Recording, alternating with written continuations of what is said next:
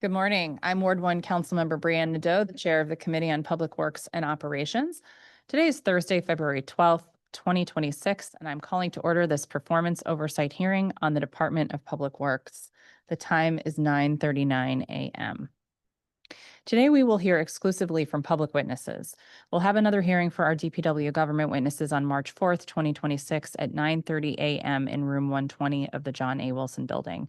Public witnesses can continue submitting testimony until March 11th on the hearing management system. DPW's mission is to provide critical municipal services that are both ecologically sound and cost-effective, including solid waste management, parking enforcement, fleet management, and snow removal. It's one of the district's most public-facing agencies and one of the most important agencies in this committee. The agency also clears snow and ice from city streets, which it is still in the process of doing today following the recent ice and snowstorm. DPW's work is seen and evaluated every single day. Because of this, the committee has significant help from concerned residents, advocates, and stakeholders in our oversight of the agency.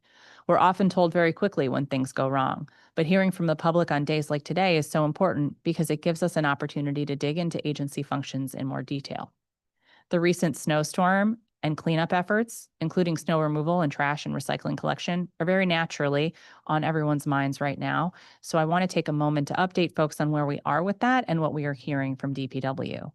The agency has told the committee they continue working to restore full residential trash, recycling, and food waste collections following the recent storm. Many residents have experienced missed trash and recycling collections, some up to 3 weeks due to the extreme weather events. My team and I have been monitoring these issues via social media, email, phone, and by traversing the ward to observe firsthand. Each time we identify a concern, we escalate it to DPW or the city administrator, and I also know about missed snow plowing of streets and alleys, which caused residents to spend money on rideshare to commute to work because the roads were untouched and vehicles couldn't get out. This also includes large portions of sidewalks that went uncleared for many days, making neighborhoods inaccessible for lots of people, including disabled people and senior citizens. To address these delays, DPW has activated seasonal employees as part of a dedicated escalation protocol.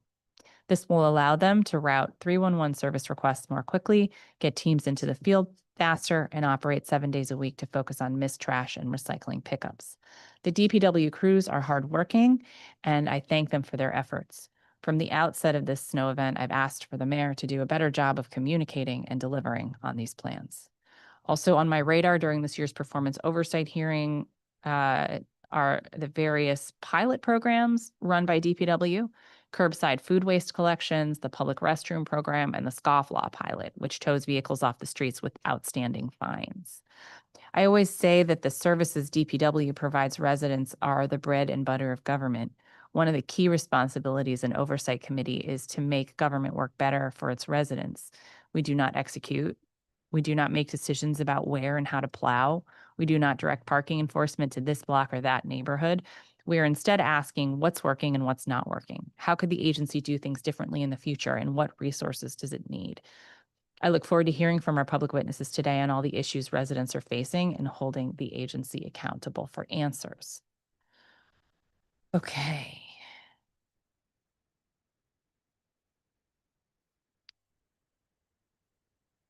Just some logistics. We have a hybrid hearing today. So for those testifying in person, when I call your name, you may seat yourself at the witness table. For those testifying on the Zoom, when I call your name, you'll be receiving an invitation to the panel to be promoted. You must accept that, and then you'll be able to control your microphone and camera. Witnesses testifying on behalf of an organization will have 5 minutes to provide oral testimony, and all other witnesses will have 3 minutes. In order to ensure we hear from all members of the public, I ask that all witnesses stick to their allotted time. I will assist you in doing that as well if I see that you have missed the countdown on the clock.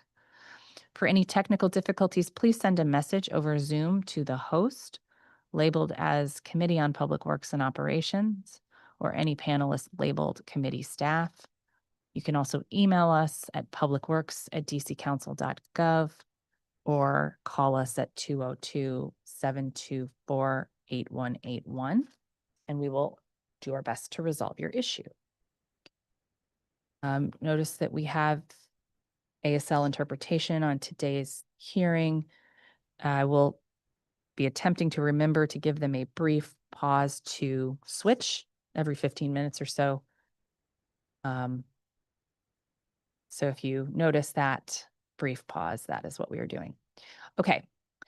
Our first panel will be Chris Weiss, DC Environmental Network, Eve Hamilton, co-chair of the Zero Waste Committee of Sierra Club DC chapter, Susan Shore, also co-chair, Zero Waste Committee, Sierra Club DC chapter, Robert Vincent Branham, and Jimoni Overby, DC conservation advocate with Nature Forward. That is 4 witnesses in person and 1 in the Zoom. And Mr. Weiss, when you're ready, you may begin. Good morning, environmental colleagues, Chairperson Nadeau, other council members and staff. My name is Chris Weiss. I direct the activities of the DC Environmental Network. I'm here to testify on the performance of the district's Department of Public Works. I want to start by saying thank you, Chairperson Nadeau, for your amazing leadership in leading the charge to join 10 U.S. states in establishing a bottle deposit law or a bottle bill in the district. This may very well be one of the most transformative zero waste policies the district has ever implemented. Next year, if everything works out, we may need you as a citizen advocate to help implementation. As many know, this fiscal year's budget includes an increase in the number of households which can participate in the curbside composting pilot program from 9,000 to 12,000. This program strives to divert food waste from landfills and incineration, provides accessible composting services to residents, and creates cleaner and healthier communities. Secure curbside compost programs help to reduce rat populations. Ideally, someday, DC will follow New York City's lead and offer citywide coverage. New York City's program serves more than 3.5 million residents and makes curbside composting mandatory for all residential buildings, including apartment buildings, making it technically required for all households. DC's program is popular, but currently only voluntary. Expansion of food waste smart bins. I was pleased to hear from John Johnson, who leads the Office of Waste Diversion, that the district would soon grow the number of food waste smart bins to 51. This means the district is leading U.S. cities with more food waste smart bins per capita in our nation's capital city. 10 years ago, DC fought hard to establish 2 food waste smart bins in Ward 7 at a cost of $20,000 or so. We are glad to see the program moving forward at a quicker pace. How do we measure the success of zero waste programs? Zero waste advocates for decades have used waste diversion rates as a fundamental measurement necessary to assess the success of what most people call recycling programs. Based on United Nations Environment Program, waste diversion is the process of redirecting waste from the final disposal, landfills or incineration, towards more sustainable management such as reduction, reuse, recycling, or composting. It is a critical component of integrated solid waste management designed to conserve resources and reduce environmental pollutants. For the district, the waste diversion rate is the ultimate measurement of success. The district requires that the mayor create a solid waste diversion report or update to the DC Council annually, as mandated by the Sustainable Solid Waste Management Amendment Act of 2014. This yearly report tracks the city's progress towards its goal of 80% waste diversion from landfills and waste-to-energy facilities. From 2015 to 2018, DPW submitted diversion updates, usually not on time, but at least some effort was made to assess the district's diversion rate semi-annually. Then for a number of years during COVID, DPW did not fulfill their mandate. Sometime after 2022, DPW released waste diversion data for 2019 to 2022. Now we don't have diversion updates for 2023, 2024, and 2025. These reports are the fundamental and most basic measurement of waste diversion success or failure, or will soon be overdue again. Getting the fundamentals in a timelier manner could help us make more focused progress on diverting our waste from landfill and incineration. But we always seem to be years behind officially knowing what happened. It would be nice to have a quarterly stakeholders and budget briefing like DOE does in 2026. Now that DPW had its 8th director and 3rd Office of Waste Diversion Manager since Mayor Bowser was elected, it would be nice to end the final year of this administration with a new level of transparency, hoping that we can have quarterly stakeholder meetings and possibly a budget briefing after the mayor sends her budget to the council. And that's all I have to say for the moment. Thank you. Am I on now? Great. Councilmember Nando, thank you for the opportunity to testify today. My name is Eve Hamilton, and I am the co-chair of the Sierra Club DC Chapter Zero Waste Committee. The Sierra Club is the nation's largest grassroots environmental organization with millions of members nationwide and about 7,000 here in the district. We see this oversight hearing as an important opportunity to better understand DPW's recent actions and priorities. My oral testimony will focus on composting. Our written testimony covers additional issues. The number of questions we're raising today points to a broader need, more consistent communication between DPW and environmental stakeholders. As Chris mentioned, we would welcome quarterly stakeholder meetings to support transparency, collaboration, and shared progress. District law calls for universal composting. DC Code 8-1031-03 establishes a phased framework requiring all residences, businesses, and government agencies and facilities to compost. And the district has made important progress. Commercial composting for some businesses, residential curbside and drop-off options and smart bins, and very limited government composting.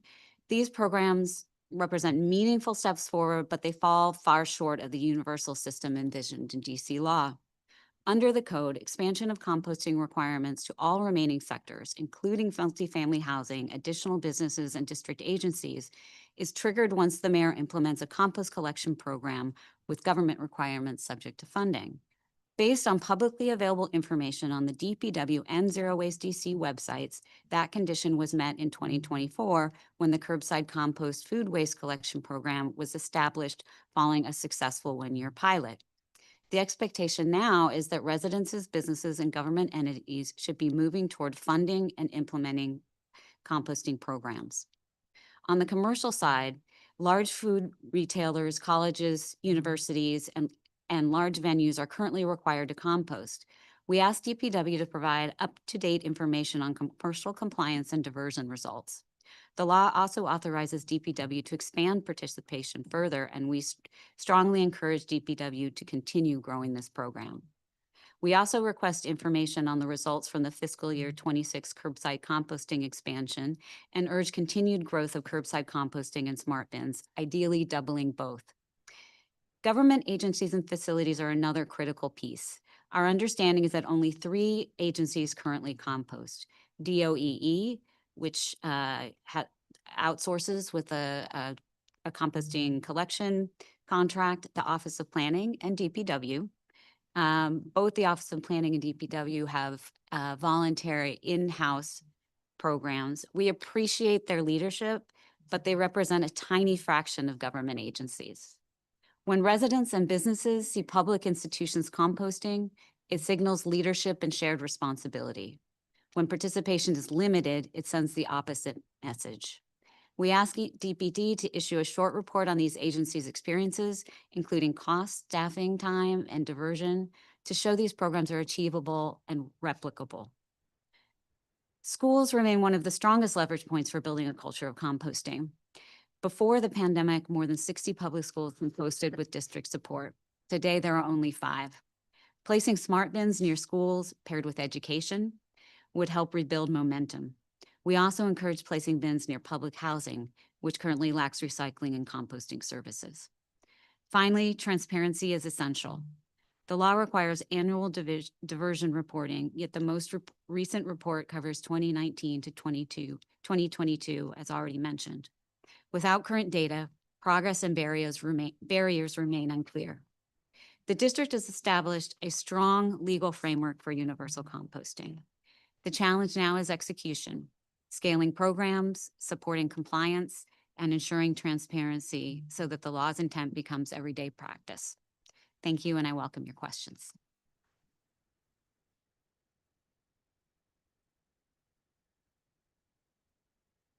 Thank you. Hang on one second. Did you switch? Did they switch? All right, go ahead, Susan. Wait for the, okay. Okay.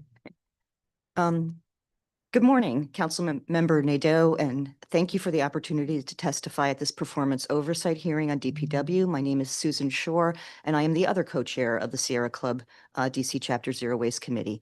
I wanted to take this opportunity to thank you for your leadership in moving the district towards zero waste and for being the sponsor of the district bottle bill. We will definitely miss you when you leave the council. I also wanted to thank the DPW staff who worked on snow removal. I witnessed them working throughout the night in brutally cold weather and wanted to express my appreciation for their efforts, even as we aim for improved services moving forward. Now to some of our zero waste challenges. In addition to the need to expand composting services as highlighted by my co-chair's testimony, there are several other legacy zero waste issues that require action. Some of them are longstanding. One perennial issue is that the Office of Waste Diversion should be organizing regularly quarterly stakeholder meetings and also posting their achievements on the website. As has already been mentioned, the last quarterly stakeholders meeting was held on August 20th, 2025. We hope this hearing will serve as a quarterly stakeholders meeting so we can get some of the information we're seeking. We'd also love to see reports, as Eve mentioned, on the weight of food waste diverted to composting.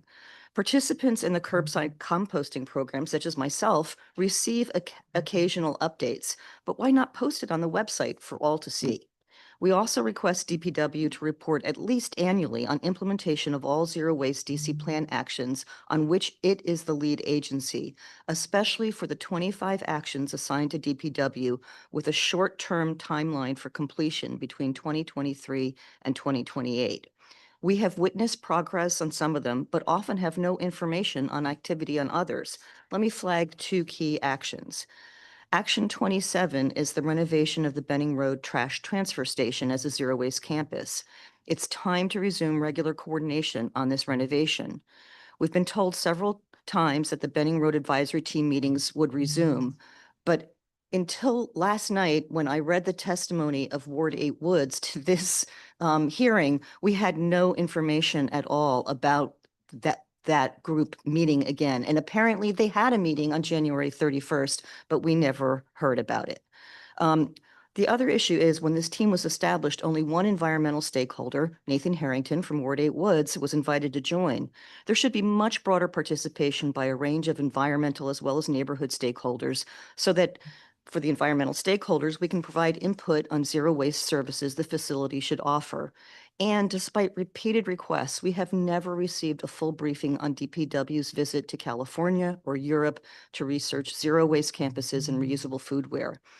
We'd love to know what effective zero waste practices they saw.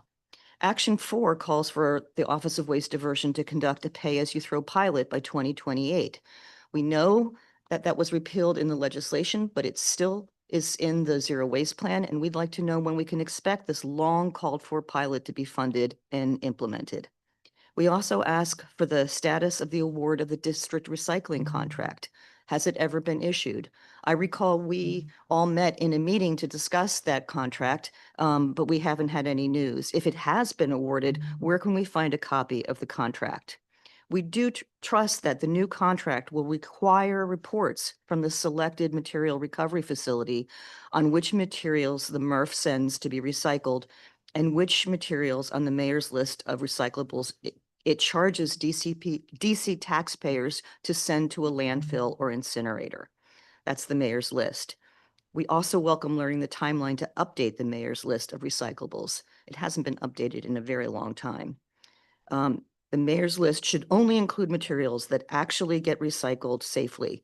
From what I read, that does not include black plastic. Thank you again for this opportunity to testify and your leadership in moving us towards zero waste. Thank you.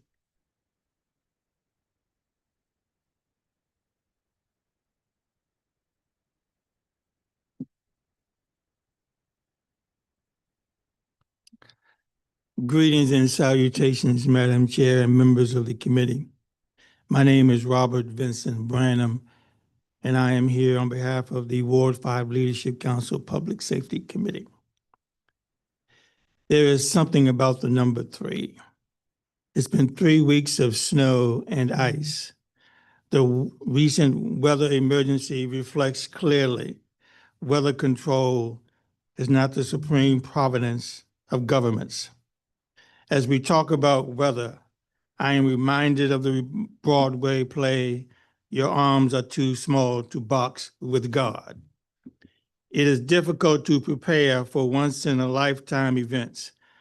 However, individuals must still be prepared and informed, and governments must still be prepared and inform the public and perform. I live 1 block from a DPW facility along 2nd Street and Bryan Street. I saw numerous DPW vehicles lined up to prepare for the pending snow and ice. Preparation and response implementation to what the public was told to expect fell short in performance. Trash pickup was delayed. Clearing of streets and sidewalks were delayed. Alleys were not plowed. Children, the elderly, and the disabled had a time just making their way through. My pipes froze 3 times. Public transit was disrupted. Man and machine are no match for an angry Mother Nature. And also remember to be aware of the fines. My neighbors in Bloomingdale came together on various streets to self-contract for the removal of snow and ice from in front of their homes and alleys. The alley behind my home is a named street on which some Bloomingdale's residents live. Full relief would come from the heat of the sun. Yet despite all the snow and ice, DPW could have done better. This government, local and federal, could have done better. The public expects its government to rise to the occasion in spite of the odds and challenges, and to be forthright in its public announcements and pronouncements. As I close my testimony, let me say to the committee, this weather emergency tested the stamina of many people, particularly employees of DPW and DC Water, and I want to commend them for helping me with my frozen pipes. I do not want my comments to appear to disparage or to denigrate their service. They should be commended. I thank them, and they should be valued. I thank you for this opportunity to speak. Thank you. Ms. Overby?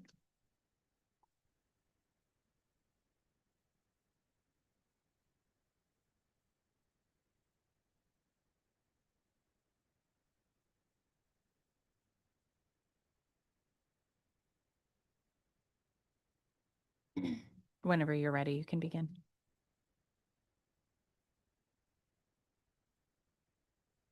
I wonder if they can't hear me in the Zoom. Should be able to. Can you hear me? Hi, this is Jamani Overby. Thank you for the opportunity to testify. My name is Jamani Overby again, and I am the District of Columbia Conservation Advocate for Nature Forward, an organization of more than 28,000 members and supporters that has been helping residents of the DMV enjoy, learn about, and protect nature for 129 years. Our conservation priorities are human health and access to nature, biodiversity, habitat, fighting the climate crisis, and sustainable land use. The urgency of the climate crisis is evident across our country today, and we're grateful for opportunities for hearings like this one. I want to begin by thanking Councilmember Nadeau and 11 out of 13 council members for co-introducing the Recycling, Refund, and Litter Reduction Amendment Act of 2025. This legislation represents a crucial step toward reducing waste all over the city and getting DC to be a zero waste home. Although no longer in this committee, we still urge council to pass this bill as written to ensure DC residents have a strong and equitable bottle bill that also addresses the layers of issues in this city. A key issue that I would like to address is expanding public restroom access. The current DC pilot program for public throne restrooms has been shown promise. Nature Forward supported expanding this initiative in 2025 and continue to address its expansion primarily in Ward 7 and 8. After speaking with unhoused residents on a flood walk in Ward 7, we found that their lack of access to public restrooms forced them to use a tarp to create privacy and use the Watts Branch as a toilet. This is an area that is often impacted by flooding. In times of heavy rainfall, human waste in the water overflows on the streets and in the homes of residents living in 100 and 500-year floodplains. Increased access to public restrooms and care for these facilities is essential for reducing E. coli pollution in DC's rivers, including the Anacostia, where both human and dog waste contribute to unsafe water conditions. Today, no rivers or streams in DC are safe for fishing or swimming due to high levels of bacterial contamination. Providing more public restrooms that remain open 24 hours in high traffic areas near waterways will help mitigate this public health issue while supporting the dignity and well-being of all residents. As many of my fellow advocates, I would like to echo the expansion of the compost pilot program and the Save As You Throw pilot, as DC has ambitious and commendable goal of diverting 85% of its waste from landfills and incinerators by 2032. The ongoing program is for 12,000 single-family homes, and yes, it's a step in the right direction, but we must continue to expand this initiative. The number of customers is expected to rise during this year, and over the next 10 years, we estimate that it will need 55 million to fully expand this program to cover the district and transition. For FY 2027, a $6.6 million investment will continue to drive this progress. Composting is a proven tool that will fight against climate change, reducing methane emissions from landfills, and enhancing soil health. The food waste collection in DC is already being processed in Prince George's County, where it replaces synthetic fertilizers for farmers. Nature Forward asks that you support in the expansion of this program and in the institution of the Save As You Throw program to include more DC residents to see the impact of a program like this can have to bring us closer to our environmental goals and reduce our reliance on harmful waste disposal methods. And finally, the new Benning Road transfer station. DPW plays a critical role in our community's well-being through regular trash, recycling collection, and supporting neighborhood cleanup initiatives. And we appreciate all of the employees of DPW and their hard work. Nature Forward eagerly anticipates the opening of the new Benning Road transfer station, which updates the old facility in Ward 7 that is no longer efficient in making this a clean and accessible space for residents with an on-site educational center to teach about direct sustainability and zero waste goals. We look forward to meeting with DPW this year to learn more about how this new facility will impact the environment in neighboring communities. To conclude, environmental justice means ensuring that all residents, regardless of their zip code, benefit from policies that create cleaner neighborhoods, healthy communities, and economic opportunities. Passing an equitable bottle bill, expanding the Throne Program initiative, and scaling up the composting program, as well as other effective ways of waste disposal, are essential steps toward a more sustainable and equitable DC. Thank you for the opportunity to testify. If you need any information, please contact me. Thank you. Stay with us for a second because I think there's some questions that might be good for a number of you together, including Ms. Overby. So feel like if I could sort of sum up testimony from our 4 environmental advocates, one key piece of it would be stakeholder engagement has not been adequate. So I would love with the 4 of you to sort of talk through what would a perfect stakeholder engagement model look like here in the district with the programs that we have in place. Let's map it out so we can aim for the stars here. Anybody want to jump in? Yeah, we had it. Director Shorter, one of the 8 directors of DPW, we had him wonderful, and he checked in with us regularly. He would show up to DC and Environmental Network luncheons that we had, and he scheduled budget briefings after the mayor released the budget. And, you know, that's all we want. We just want to have multiple opportunities to get the latest information on the programs that we care about the most.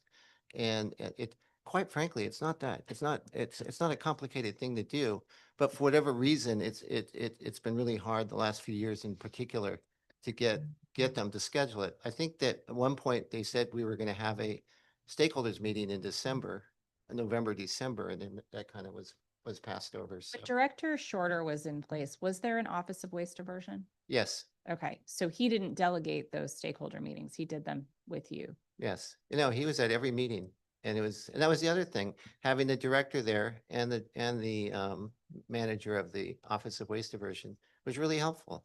Yeah. And now another issue with the department. I mean, we should have another conversation about the Office of Waste Diversion and how it really. Yeah, I'm not sure it's doing what we envisioned it would do when we put it into that agency. But anyway, I mean, we're here. what? Go ahead. Yeah, well, I guess it seems to me at DPW, there's been a number of different management styles. There used to be a woman when Director Spriggs was there, who seemed to have a lot of administrative responsibilities and interacted with, what was her name? Jessica. Yeah, Jessica. And it seems to me that John Johnson's great. He's done a lot of good recycling work in New York City, has a great experience. His daughter's going to college here in DC, and but I'm not sure they've been fully empowered to be able to do as much as they might be able to do, like we see with programs at DOEE, which is a wonderful, great example for us to always look to. But I'm not sure there's ever been a real commitment to making the Office of Waste Diversion a very strong office. It's a good office. They have excellent staff. They work very hard in trying to get the stuff done.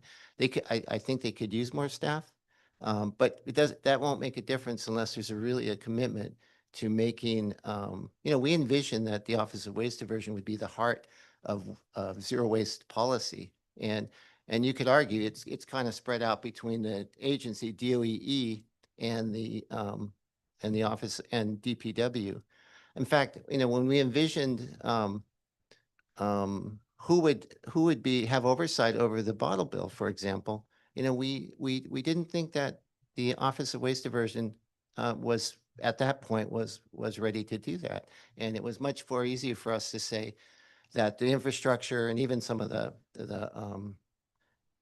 oversight knowledge that already existed at DOEE. So anyway, Although we could have moved the bill by now if we. The what? We could have moved the bill by now if we'd put it under DPW. that's true. That's true. Anyway, I'm sure my colleagues Yeah, have. Susan, go ahead. Yeah. So to answer your first question about stakeholder engagement, I think to add to what Chris said, I think the DOEE model is an excellent model for DPW to follow. So DOEE schedules and convenes on a systematic basis quarterly meetings. And in advance of those meetings, stakeholders are invited to submit their questions. And then generally all of those questions are answered, maybe not as fully as we would like, maybe not as interactively as we would like. They kind of tend to be an information download, but at least there is an opportunity to ask, what is it that you want to know? And for them to give an initial response. And then that could lead to having follow-up meetings with the staff members who are responsible for things.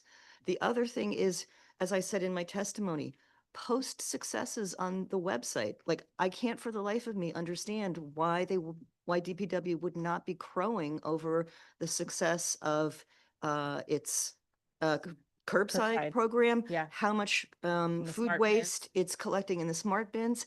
We haven't had any information on the commercial compost program implementation.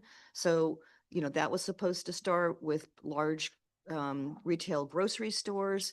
It went on to add other businesses to it. Certainly there's been, a fair amount of compostable material picked up there. Let's hear about it and then see where we need to make investments moving forward. So a DOE model, I think, would be really good. More transparency of posting updates on their website about accomplishments. And I think Eve wants to jump in too. Just one tiny point related to the DOEE model. As Susan said, they do ask for questions in advance to help them prepare for that meeting. And they'll also field questions during it. But each of their representatives of the different programs and offices comes prepared to give an actual presentation. So they really take it quite seriously. It's quite formalized. And you get information you didn't even necessarily explicitly ask for. You know, it's here's what's happening with this program. And I think that kind of ease of information flow is what we'd ideally like to see, where it's not just here's a question and hopefully we get an answer. It's sort of proactively sharing that information. Do you think it would be possible to incorporate DPW into that model rather than creating a second one? They're already very long and detailed Oh, meetings. okay. Okay. So it would be, I think it would be hard for people to devote all that time and attention span to be able to receive all that information. Okay. You know, also, like, I don't think DOE does this. Correct me if I'm wrong. I mean, having a recording of those sessions. I think they do offer that.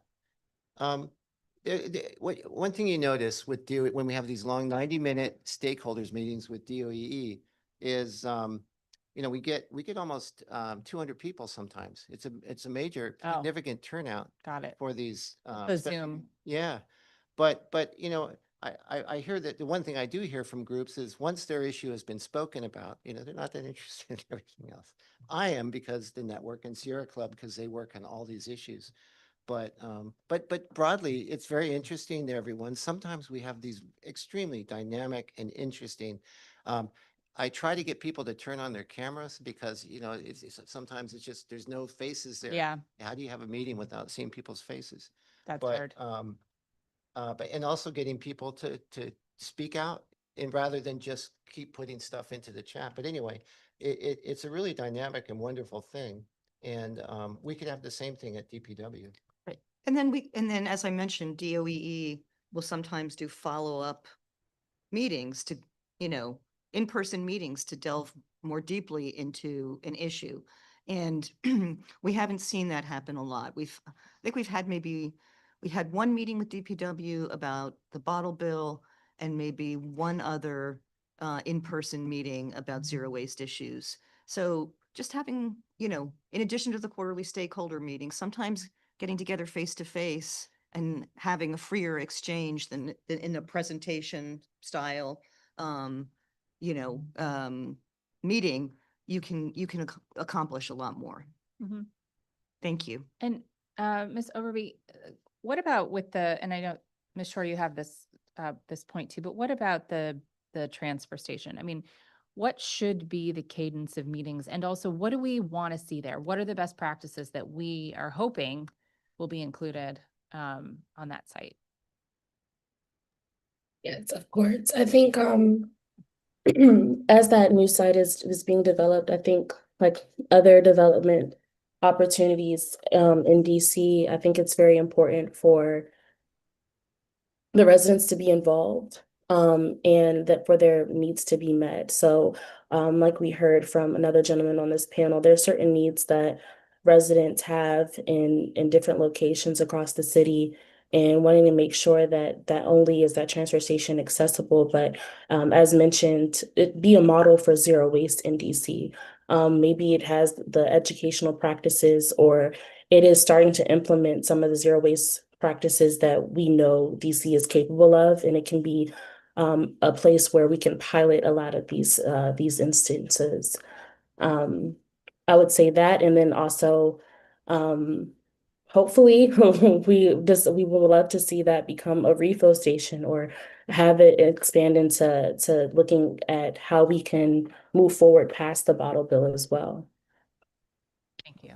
Councilmember Nadeau, when a couple of I think it was 2 years ago, Chris and Sierra Club and Neil Seldman organized a meeting with DPW with a zero waste facility in Berkeley where they described, and I believe that Director Spriggs may even have participated in that or was briefed on that, but they described a lot of the reuse markets and opportunities for entrepreneurs and businesses, innovative businesses, to be able to resell some of the materials that can be reused instead of being sent to a landfill or an incinerator. And we've been in the Sierra Club Zero Waste Committee, we've been looking into construction material reuse and recycling, and there can be thriving markets for that. I just read yesterday about what's happening in the Netherlands, where they have an online inventory of the building materials that are kept in these facilities, and architects can see what's available and actually design buildings that can be reusing these materials so that we can prevent the waste from happening in the first place. So we want to provide a thriving marketplace for district entrepreneurs who could really find new ways to help us achieve our zero waste goals, as well as creating new business opportunities. And we know that DPW went out to California, and I think they saw this facility that we had lined a virtual meeting up about, but we've never heard back from them. What did they see? What did they like? What are they thinking about incorporating into this zero waste campus? So we'd like to have that Yeah, conversation. I think we're just gonna have to request the briefing ourselves. I just would add, Nathan Harrington, I think he's Yeah, signed up. Yeah, he's gonna Please, testify, yeah. he's the representative. I coordinated to get, and we voted for Nathan to be our representative to the Bending He's on the Road next Task Force, or whatever they call it. So please Yes, ask him for me. he's on the next panel, so that'll be a good segue. Mr. Branham, thank you, as always, for your testimony, measured but pointed. We appreciate it. And I know that living next to the Bryant Street facility can be challenging sometimes, but, we appreciate you Thank keeping you. us Let informed. me add this point. As stakeholders for waste management includes every resident in the District of Columbia. And waste management consists of many issues and many items. And I want to take this opportunity to commend current director, interim director, Anthony Crispino, because when I've had certain issues and concerns about bulk trash and vehicles parked on the street without tags, he and his staff have been very responsive. And I want to thank him and them for that. And I do want to take an opportunity to give a personal appreciation to the service of the previous director, the illustrious Colonel Timothy Spriggs, who had served the city tremendously. He was a former member of the DC National Guard, risked his life overseas on behalf of America. And I feel this city has presently roughly 2,900 National Guardsmen patrolling our streets, supporting a crooked and corrupt administration. Some of those persons could be placed under the authorization of the mayor and the director of DPW to assist in waste control while they're here to remove the snow and ice, to open up these trailways so that people can move about freely and comfortably while we have them and while they're on the federal dime. Yesterday they took money from us, and they snatched it. And I think that we need to be more proactive in our approach to this federal administration. Thank you. Understood. As the storm approached, I did ask if we would be receiving any assistance from the visiting National Guard and was told that they would be remaining on their mission. But the mayor did request and ultimately deploy a little bit the DC Guard, which is it is a standard duty for them to assist with these. So I agree with you. That's something we should be utilizing. Unfortunately, the visitors are not under our purview per se. But thank you so much to this panel. Appreciate your testimony.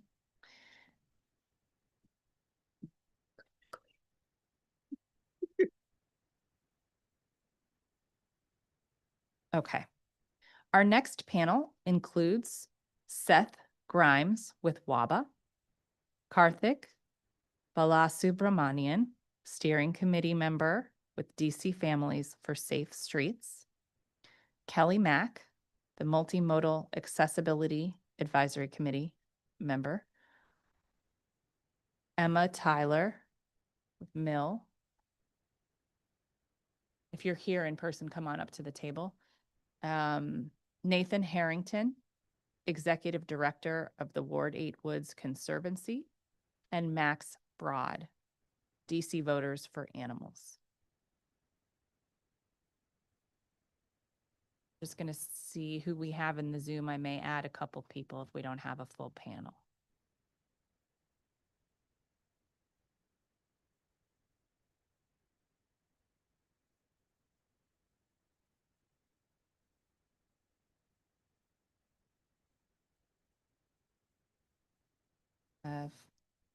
Beth Karthik. Is Kelly coming up to the panel? Kelly? Is Kelly in the Zoom?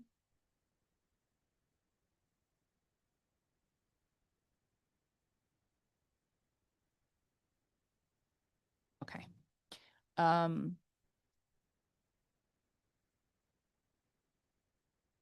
Great.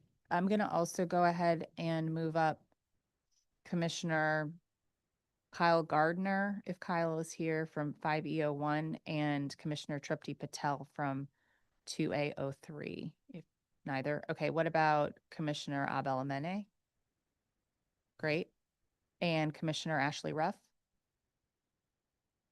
I can actually see this too. Actually, I can go to the participants list. Okay, Abel. No Ashley yet.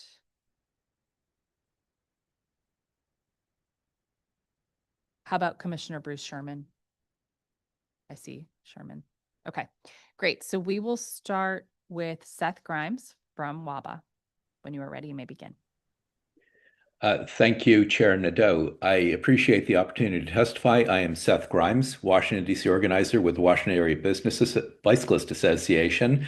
I will start with a personal note that I recognize that the Sierra Club representative mentioned people who leave meetings after their issues are up.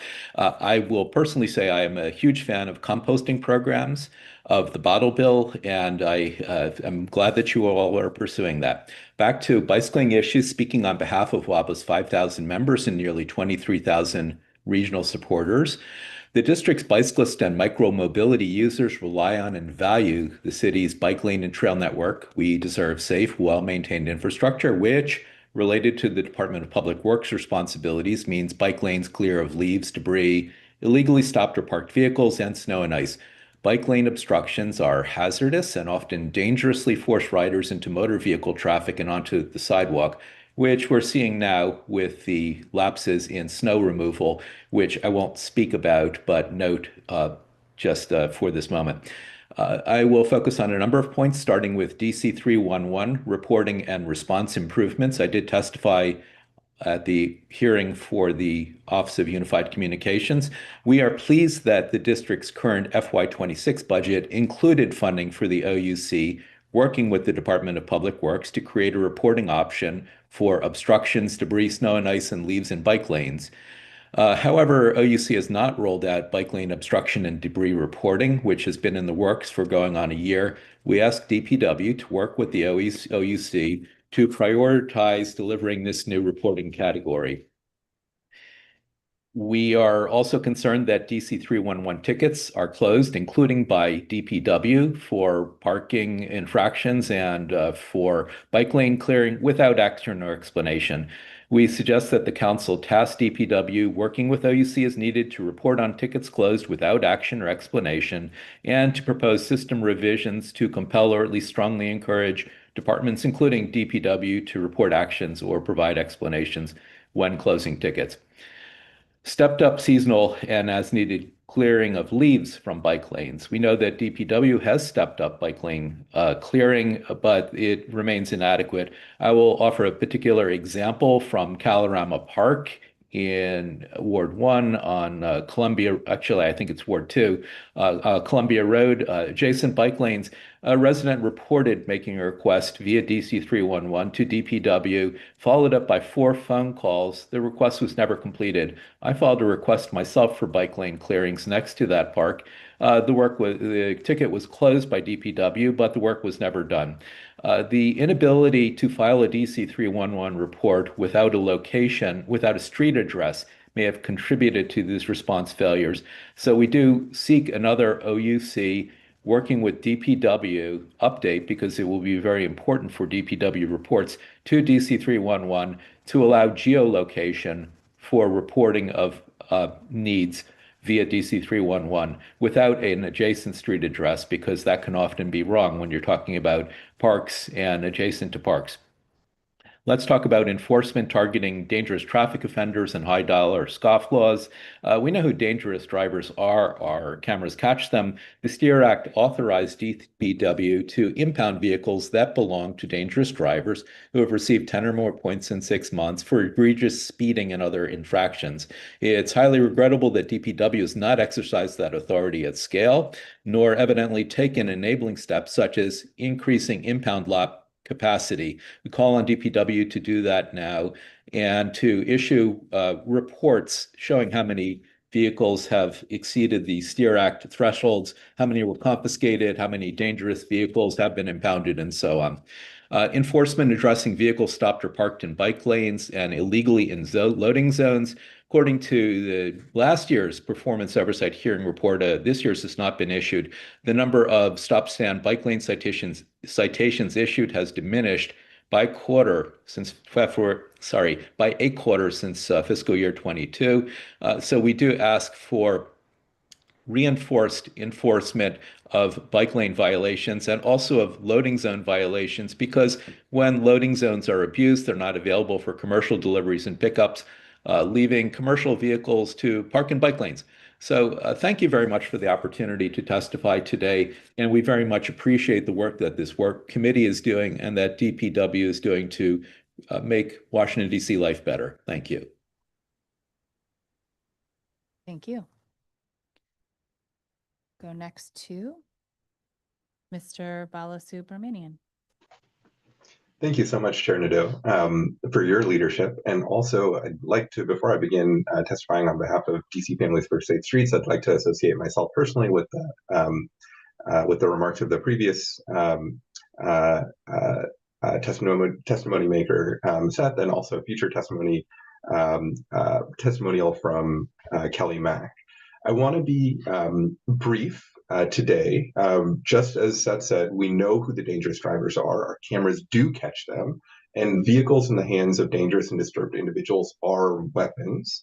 A 4,000-pound machine driven repeatedly at reckless speed by someone who has shown that they will not stop is absolutely no different from someone with an AK-47 who's drunk and disturbed, who enjoys randomly shooting their gun around the district. If there was such a person who was roaming the district with an AK-47, randomly shooting their gun in random directions, we would mobilize all available resources to separate that person from their weapon and let them get the help that they need. Why are we not doing the same with the dangerous drivers who are abusing their own weapons? DPW has the legal authority to take these weapons off the street. They're choosing not to use it. They have chosen to hide behind an excuse of capacity, saying impound lot capacity is the main limitation. This is a policy choice and a fatal one. DC statute specifically authorizes contracts with private tow companies and storage lots. DPW has failed to use their authority to augment towing capacity to remove these offenders. Capacity is no excuse when lives are at stake.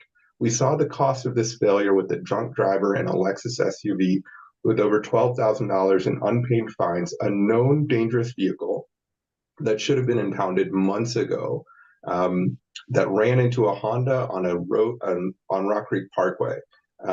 Three innocent people are dead because DPW leadership was sleeping on the job. Those families are sentenced to a lifetime of pain because the city failed to remove this weapon from that driver's hands. The scofflaw pilot is a small step that is nowhere near the scale that we need. There are thousands of tow-eligible vehicles that haven't been touched. One ask, require DPW to publish a weekly report showing how many vehicles exceed STEER Act thresholds, how many of those were confiscated, and specifically regarding capacity, how many private towing contracts have been activated and storage lots have been activated to clear the backlog. Let the public see the gap between what DPW could do and what they are currently doing. Every car that they don't take is a choice. Every injury from a known dangerous driver is preventable. The most important responsibility of government is to prevent people dying for no reason. Let's take that responsibility seriously. Thank you.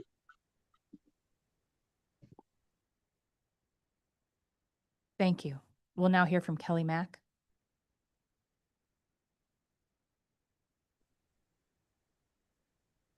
Good morning. Thank you so much for allowing the opportunity to testify today.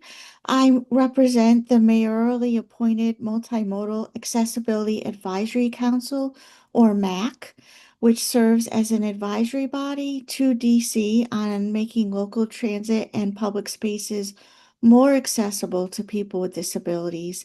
I live in Ward 3 and I am a power wheelchair user. During my entire time of living in DC, which is more than 25 years, I have experienced many challenges navigating the city in my wheelchair following a significant snow event. I'll give some examples. Early last year, DC experienced a snow event, and I was forced to stay at home for about a week because I could not safely navigate my neighborhood. When I did leave my home, my wheelchair was impeded and trapped in snow several times on sidewalks that had not been properly cleared. I was only able to get free with the help of kind strangers who found me. At that time, I submitted several complaints with specifics on locations and photos to DPW, but I never received a response. The issues were only remedied by snow melt. At this time, the MAC collected numerous stories like these by other disabled residents, and we met with DPW representatives this last November to discuss snow clearance issues and offer suggestions. Many of our questions went unanswered, and we were promised follow-up by DPW that we still have not received, despite pinging them several times by email and written letter. On January 25th, you know that DC experienced its first major snow event of the year, and cleanup has again been inadequate for people with disabilities. I feel it's fair to say this is the worst snow event recovery and cleanup that I've observed in all my years of living in DC, which says a lot because I've been involuntarily trapped in my home many times after snow. The problems experienced include, for people with disabilities, include lack of sidewalk and ramp snow clearance, piling of snow onto ramps by plows, dangerous and treacherous sidewalk and street crossing conditions, a lack of complaint submission method by DPW and the 311 website, lack of responsiveness and urgency by DPW to these reported issues, and lack of time-sensitive education and enforcement on these issues by DPW. We request that DPW quickly overhaul its snow clearance practices and policies to prioritize accessibility for all people, especially disabled people. This reorientation would improve navigating the city for everyone if sidewalks and ramps were cleared for use, along with enhanced education and enforcement. Ultimately, we fear that operational improvements will alone not solve the problem that is structural. DPW should adopt a systematic approach that treats sidewalk and ramp clearance with the same operational rigor, urgency, and accountability as snow plowing. The MAC urges the Council to pursue legislative action that assigns DPW direct responsibility for clearing all public sidewalks and ramps. In closing, I just want to bring back to the reality of a wheelchair user like myself. I've been trapped in my home for 16 days and counting. I can't get out with my power wheelchair still as of yesterday. I can't take the bus. I can't leave my block. I've missed medical appointments and I've only been able to get medications and groceries through people who can help and delivery. And basically, my life has come to a halt due to basic lack of snow clearance. I really strongly feel waiting for warmer weather for snow to melt is not a snow removal plan. And there are better models and tools that DC can use to improve snow clearance for all its residents, including people with disabilities. Thanks so much for your time today. Thank you so much. Emma Tyler?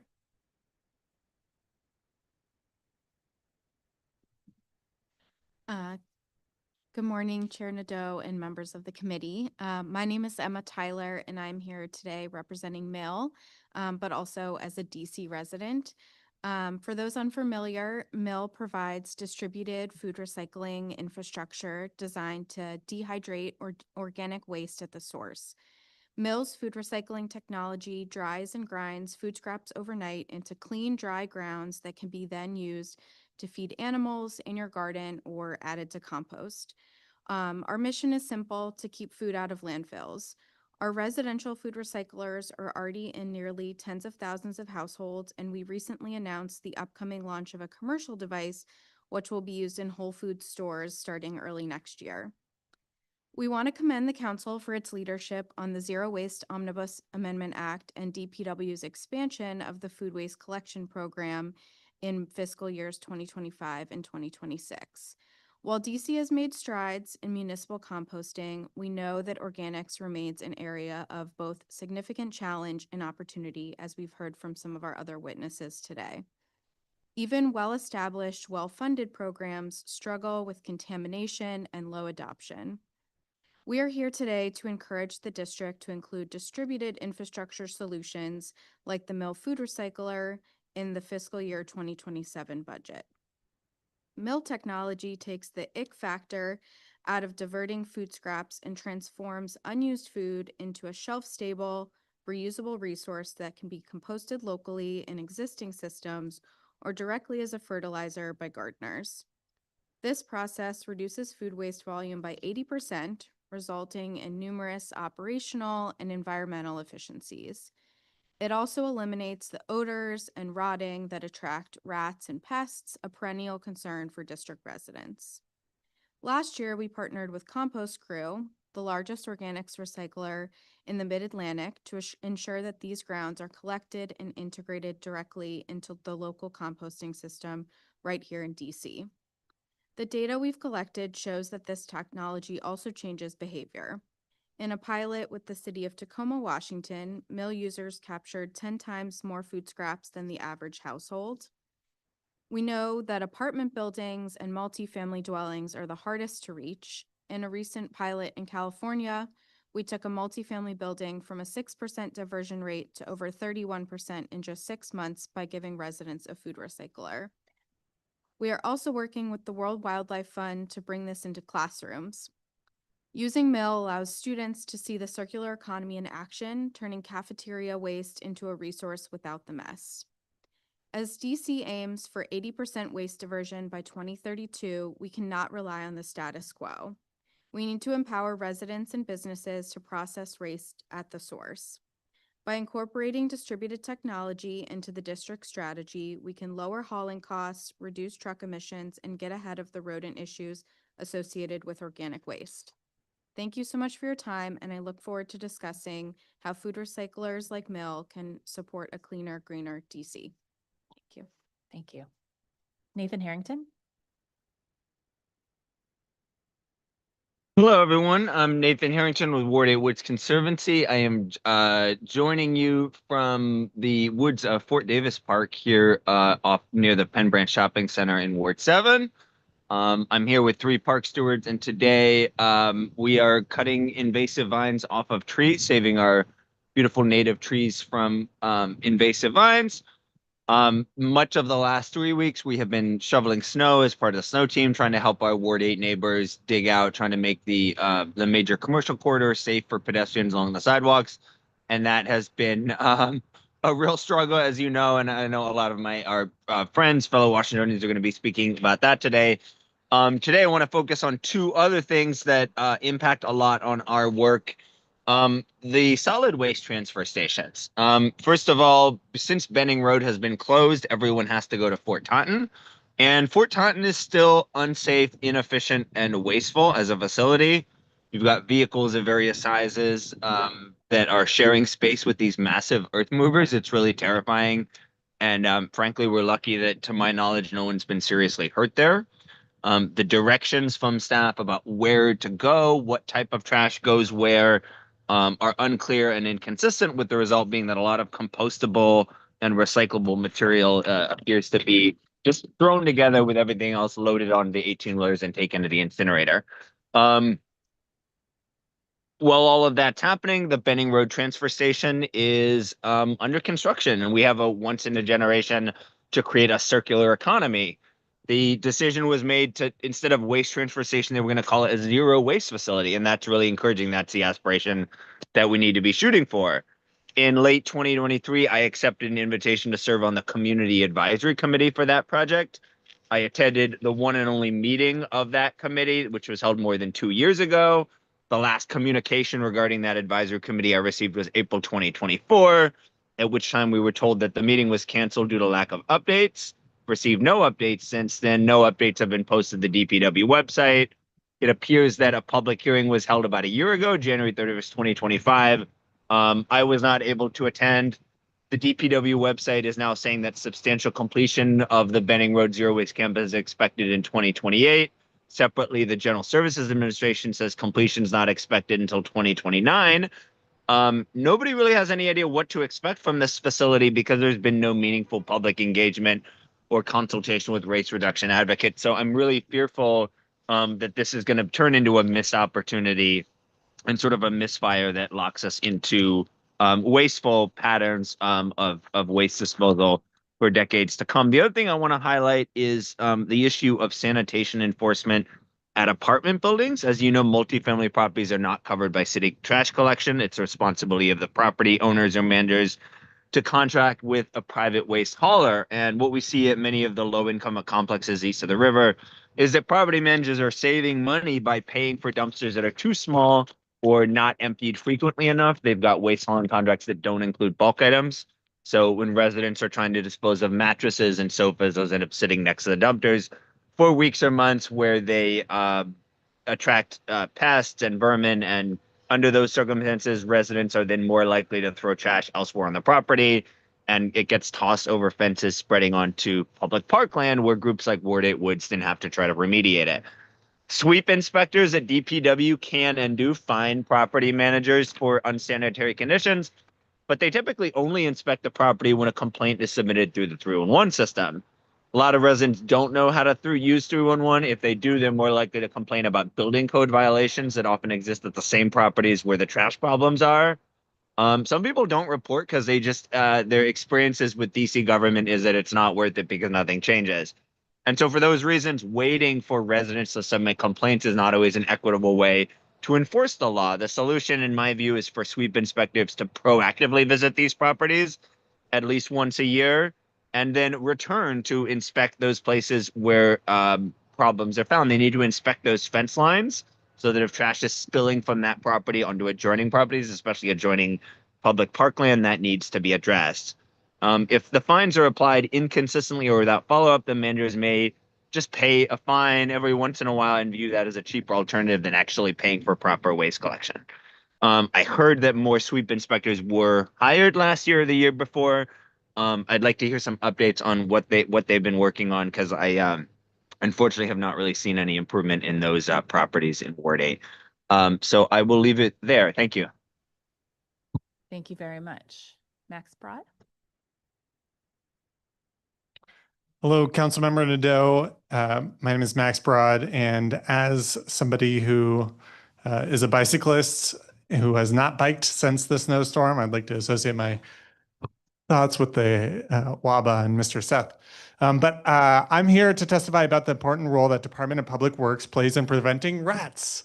As background, DC Voters for Animals helped launch DC Responsible Rat Management, a coalition last year that brings together wildlife, bird, and pet lovers and community members concerned about our public health. Our focus is stopping the harmful poisons used to kill rats that have unintended impacts on people, especially small children, as well as pets and wildlife. Our tagline is prevention, not poison, as we advocate what rat experts agree is the number one tool to reduce rat populations: sanitation. Our interest in rat prevention relates directly to the Department of Public Works, and we have several asks for DPW about what they're doing to prevent rats and what needs they have to help DC stem the rat population. First of all, expanding the compost program. Secure compost facilities are one of the best ways to prevent rats, as my friend Miss Emma says over here. Rats are like a bonfire. The more energy they have, the more they will grow. For rats, their energy source is not wood or marshmallows that fell off the stick. It's food that we have thrown out. Since food waste attracts rats, separating and isolating it is integral to removing the energy source that grows the rat population. So DC's main law governing compost, the Zero Waste Omnibus Act, reads as if an important threshold for expansion has been triggered. In the DC code, it outlines that once the composting pilot becomes a composting program, then the requirements expand to all remaining sectors, including multifamily housing, additional businesses, and government facilities.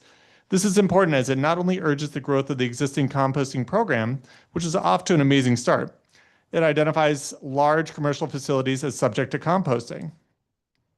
We look to our colleagues at the Department of General Services to roll out composting in DC public schools, DC public charter schools, including those that meet the criteria of being a large commercial business, and expanding to DC agencies and government buildings that are not already composting.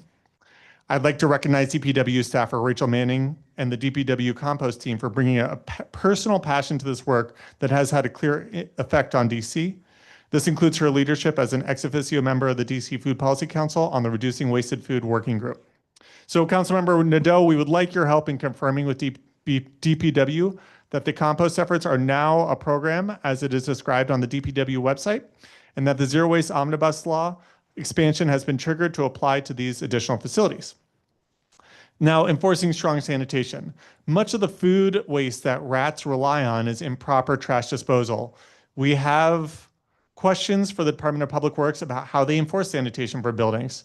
For instance, is DPW finding buildings that violate standards, which in turn create conditions that are conducive to rats? How soon before DPW returns to the site of a violation before they reassess and reissue fines if not addressed? Are there patterns or hotspots, buildings or sites that have higher incidence of violations? Are citations even sufficient tools to deter improper sanitation?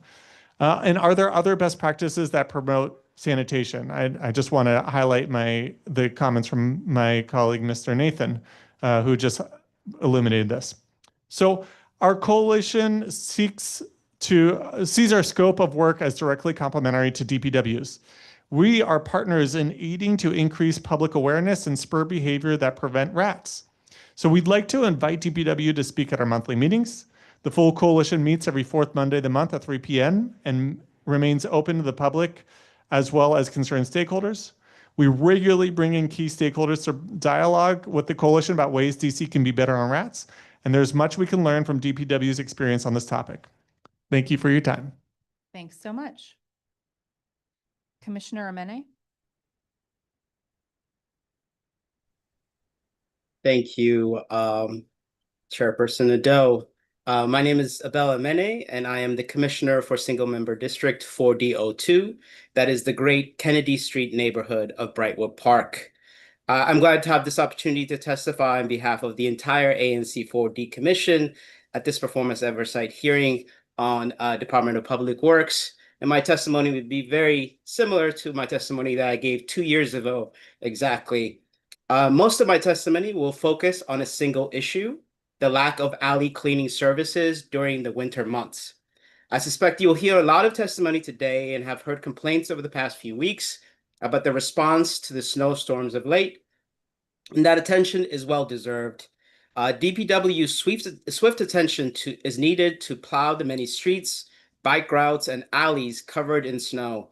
The sidewalks around our parks that have become completely inaccessible. Recently, Councilmember Henderson posted Lorenzo Allen Park, which is completely covered in snow currently. No sidewalks are accessible, none of it. And I also want to point out that every street corner has been inundated with mounds of snow, making crosswalks unusable for people with mobility issues. Snow is plowed from both directions and cross streets, making crosswalks completely inaccessible for even people like myself. But I also want to redirect a little bit of your attention to what will happen when the snow eventually melts and we find the trash under and next to the snow. DC has a huge rat problem. In fact, we have the embarrassing honor of being one of the rattiest cities, since year after year, DC ranks among the most rat-infested cities in the US. One of the biggest contributors to this issue is our dirty alleys. Even on the coldest days of winter, rats are living it up on the buffet of food that's presented to them in our alleys. They rummage through our easy-to-open trash cans and find all they can eat. Strangely enough, sorry to be crass, but rodents also find bags of feces from pets and gorge on them as well. If you've ever noticed a bag of dog poop on a sidewalk, it is almost guaranteed that it was pulled out of a trash can by a rodent. It was not left there by a negligent pet owner. At this very moment, every alley in DC has such a smush bag of poop that a car has driven over. Meanwhile, DPW suspends alley cleaning services from October 1st through March 31st. According to the website, alley cleaning includes cleaning up loose litter and debris in the alley. It includes manual cleaning, that means people actually going and sweeping, and also mechanical cleaning. This is a sorely needed service throughout the year, which is important to address the rampant rat problem plaguing the district, including neighborhoods like mine. It is just as important in December and January as it is in August and September. The problem is that, as stated in the agency website, DPW only offers alley cleaning from the first Monday in April through September 30th. Think about that for a moment. The alleys in our streets are only cleaned 6 months of the summer, and for the remaining months, trash is allowed to accumulate. But rats do not hibernate. They may be less active in the winter, but as long as they continue to find a buffet of food in our alleys, they do not have to stray far from their burrows to find sustenance. My neighborhood, ANC 4D, and the entire Ward 4 have a lot of alleys, perhaps more than any other part of the city because of the H-shaped configuration of our alley systems instead of the single alley that runs across a city block. ANC 4D, in fact, may have just as many miles of alleys as streets. There are 1.25 miles of alleys just in my single member district. These alleys need a lot of attention. The accumulation of loose trash is a serious public health issue, contributes to the many other issues faced by my constituents. However, addressing this issue is difficult for us because 311 and DPW does not even allow us to submit tickets for this issue during the winter months, let alone do proactive alley cleaning. I'm not sure why DPW suspends alley cleaning for the entire winter.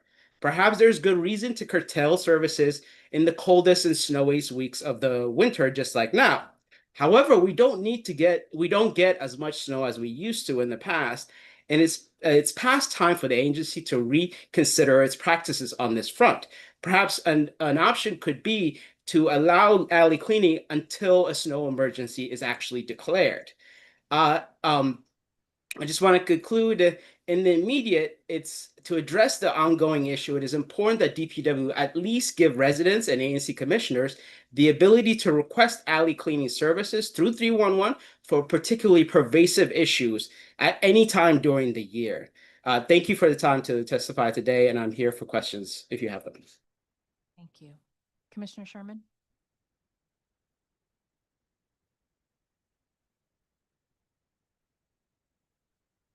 Good morning, Chair Nadeau. My name is Bruce Sherman. I am speaking today on behalf of ANC 34G, representing the Chevy Chase, Barnaby Woods, and Hawthorne neighborhoods. Thank you for the opportunity to testify. I will focus on the Department of Public Works performance during the snow emergency that began on January 25th. Separately, I will submit for the committee's review the results from a survey on the snow response of more than 150 of our residents, including their verbatim comments. Let me begin by recognizing the dedication of DPW frontline workers and emergency responders who operated under hazardous conditions. We appreciate their efforts and understand the logistical challenges created by heavy snowfall, followed by sleet and compaction on neighborhood streets. However, our community experienced significant service gaps. Many local streets were not passable for days after the storm. Even then, some were only accessible to four-wheel drive vehicles. These delays created real safety concerns. The median age in our commission area is approximately 50, and more than 33,500 of our residents, or about a quarter of our population, are 65 or older. Many live in single-family homes. During the period when streets were effectively impassable, residents could not reach medical appointments or obtain prescriptions. Had an emergency occurred, access would have been severely constrained. Pedestrian infrastructure was also neglected. Bus stops, curb cuts, and crosswalks remained covered in ice and snow long after residents had cleared their sidewalks. Older neighbors, parents with strollers, and individuals with limited mobility were forced to walk in the street to get around hazards. Residents reported slipping and falling at uncleared intersections. Several operational issues compounded these impacts. Service delivery was highly uneven. While DPW appropriately prioritizes major arterial and secondary roads, there appeared to be no clear sequencing plan within neighborhoods. Some residential blocks received multiple plowing and salting passes, while adjacent streets received none. This inconsistency undermined public confidence. The district's GPS snowplow tracking system also proved unreliable. Streets were repeatedly marked as cleared when they were not. That made it difficult for the commission to advocate effectively for missed blocks and likely contributed to misallocated resources. When official maps did not match on-the-ground conditions, public trust suffered. In response, residents on several streets pooled private funds to hire contractors to clear public roadways. That should never be necessary. When residents must privately finance basic public services, it signals a breakdown in delivery. Responsibility for pedestrian infrastructure also remains unclear. Which agency clears bus stops, curb cuts, and crosswalks? Is it DPW, DDOT, WMATA, or some combination? Based on this experience, our commission offers 5 recommendations. First, DPW should ensure that every residential street receives at least one full-service plow before any residential street receives repeat service. Major roads must be prioritized, but equitable minimal coverage on local streets must be the baseline. Second, DPW should conduct a comprehensive review of its GPS snowplow tracking system to improve accuracy, operational reliability, and transparency. Third, the district should clearly assign and enforce responsibility for clearing bus stops, curb cuts, and crosswalks, and treat them with the same priority as streets. Fourth, DC 311 should add a dedicated snow plowing service category so residents can report uncleared residential streets, intersections, and pedestrian lead-ins more precisely. Fifth, close coordination among DPW, The mayor's office, council members' offices, and advisory neighbor commission should continue to allow rapid identification of missed streets and mid-storm adjustments. We appreciated the responsiveness of mayoral staff in escalating requests and helping mitigate some of the impacts. In closing, our goal is not to criticize frontline workers, but to strengthen the systems and policies that support them. Snow emergencies will continue. The district's response will determine whether residents feel protected or abandoned.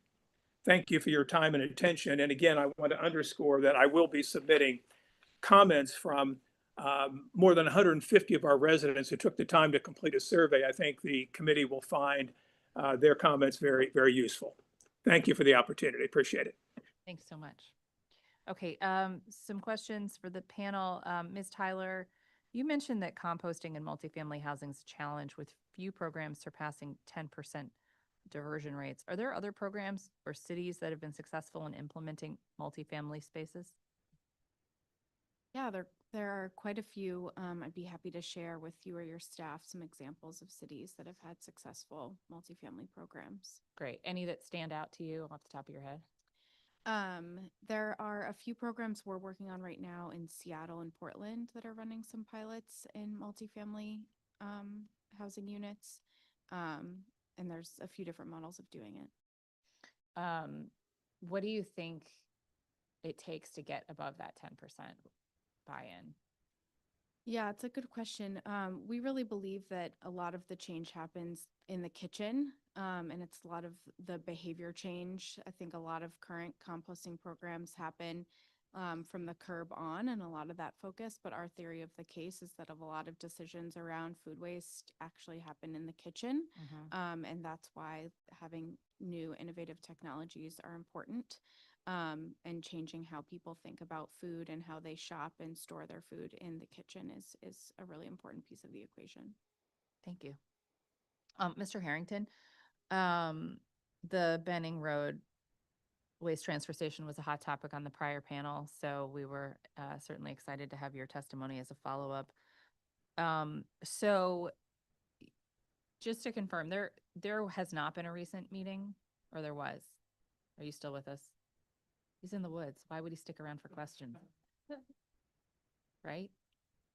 All right. Well, if he pops up again, I'll ask him that question.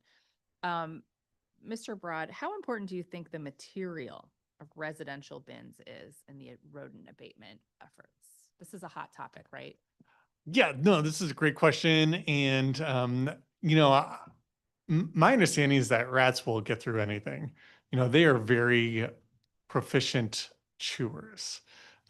So if we have plastic, I don't think it's going to be something that's really going to hold up. But I do know, having secure compost bins, metal bins is really helpful. And I have seen there's a new outfit out there called Stop the Rats. It's like doing wire mesh over the holes that rats chew in the trash toters. That has been helpful to at least slow them down. Oh, interesting. Instead of just having them repaired by DPW? Yes. Okay. Because it's unclear, sometimes they charge, and so it's cheaper to have the hole patched. They're not supposed to be charging. So if you have anyone that wants to come talk to me about that, let me know. Okay, good. Yeah. It's like a contract. Just 3-in-1, get your repair. But would love to know if that's not working, because here we are doing performance oversight. I may have that incorrect. I don't want to. Okay. Yeah. Yeah, I want to. Don't put you on the spot on that if that's not okay. All right. Thank you. Helpful. It just, the should we or shouldn't we replace the toters with something is always. Yeah. Yeah. I get it. Mr. Grimes, has DPW said anything about the timing of the 3-in-1 changes implementation? And did they indicate any cost to implement when you've talked about it? So thank you for the question. There were two changes that I mentioned, one of which was geolocating reports so that they don't have to be tied to a possibly non-existent street address. That has not been taken up so far as I know, and we have addressed the question to the director of the Office of Unified Communications and mentioned it at the hearing and not received any response about that. So we would love the committee and the agency, DPW in particular, to push for that geolocation change. It has also been noted by the Washington, D.C. Trail Rangers, which is a program run by WABA that helps maintain Washington, D.C. trails, including Metropolitan Branch Trail, Marvin Gaye Trail, Oxen Run Trail in Ward 7 and 8. As well, MBT, obviously. So the reporting of bike lane obstructions, including leaves and debris and so on. Thank you and your office, Councilmember Nadeau, for help with a particular report of shattered glass in a bike lane last year. And you were in touch with the Department of Public Works and the Office of Unified Communications, securing budget for that. I have no idea why it has not been implemented. We are 4.5 months into the fiscal year. I would love your help investigating and, goosing them, getting that moved forward. Thank you for the reminder that we actually put that money in. I appreciate that. Is it clear to you who has responsibility for clearing bike lanes? Oh, absolutely not. And with snow in particular, different agencies, we on so many fronts, how many police forces are active in Washington, D.C., including ones we wish were not active in Washington, D.C. But this applies for agencies that are responsible for clearing snow and maintaining public properties. They include not only the DPW and the Department of Transportation, but also the National Park Service, and who's responsible for bridges, who's responsible for sidewalks, who's responsible for sidewalks and trails adjacent to a public park. Who does that public park belong to? Does it belong to the National Park Service? Did folks know that Meridian Hill Park is National Park Service, as I believe DuPont Circle is? It's not just the National Mall and Rock Creek Park. The responsibility is unclear. I would love to see the council push for what we used to call when I worked in technology, a single throat to choke. If you have subcontractors and all of that, a single agency is responsible for this, for coordinating and making it happen. And maybe other agencies can do some budget assistance to make it happen. But the National Park Service does not do a good job at all clearing the multitudinous parks that we are very grateful to have in Washington, D.C., of snow and ice or of leaves and all of that kind of stuff, because that's not their primary purpose. And I'm making excuses for them, and they don't see it as it's not top of mind for them. And DC 311 and the Office of Unified Communications is an invaluable point for reporting these things.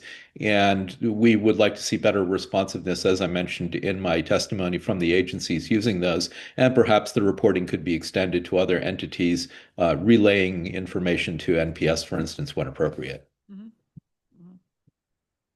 Thank you.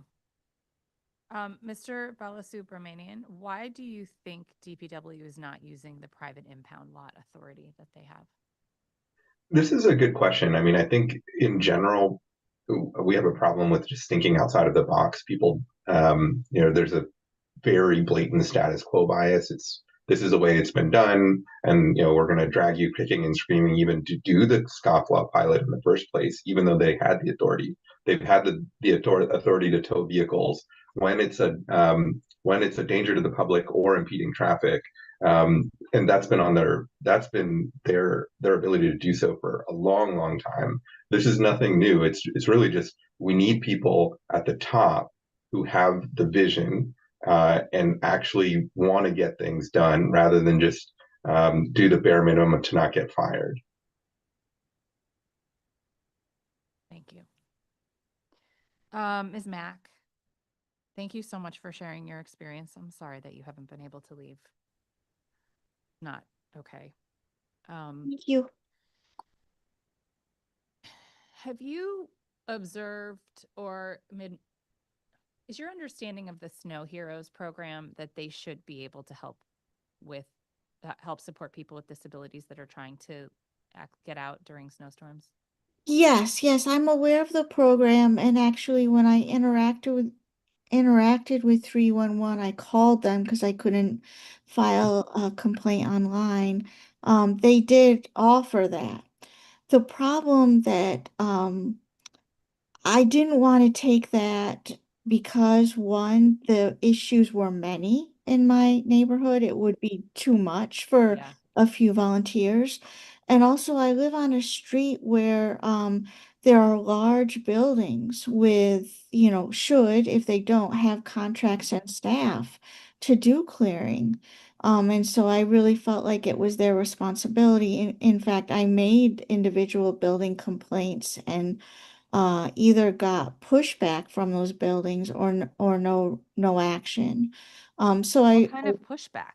So I called the building across the street and I explained I'm a wheelchair user. I cannot cross the street because the ramp and sidewalk area is not properly cleared.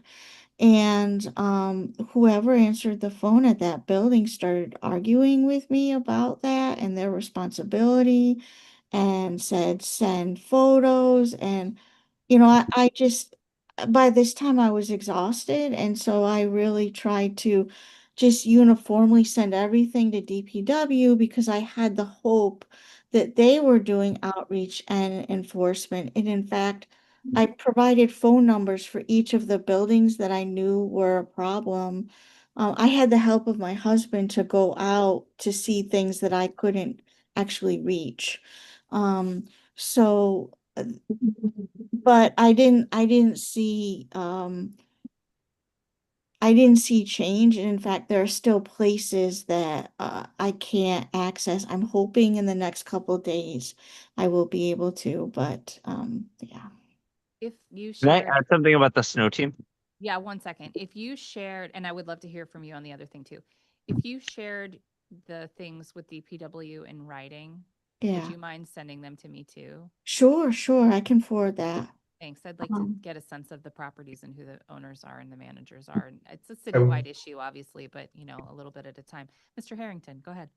Oh yeah, so my experience with the snow team was that I told the coordinators that we could do about 50 addresses the first week. We did all of them, but on every block that we visited, there were multiple homes that had not been touched and were not on our list because apparently they didn't request help from snow team. And this was true even on like major corridors where there was major car traffic and people having to walk in the street. And so the whole approach of just, relying on individual homeowners to request help with their individual addresses, that's a good start, but it's not enough. There needs to really be, if there is another storm like this, there needs to be a separate operation to clear sidewalks along major corridors to make them safe for pedestrians. Because unfortunately, a lot of homeowners are not willing or able to do it themselves, and they're not requesting help. They may not be aware that it's their responsibility. And it doesn't do much help to shovel the sidewalk in front of one house if 7 of the other 10 houses on that block are not shoveled. People are Yeah, still going to have to walk in the street as they pass down that block.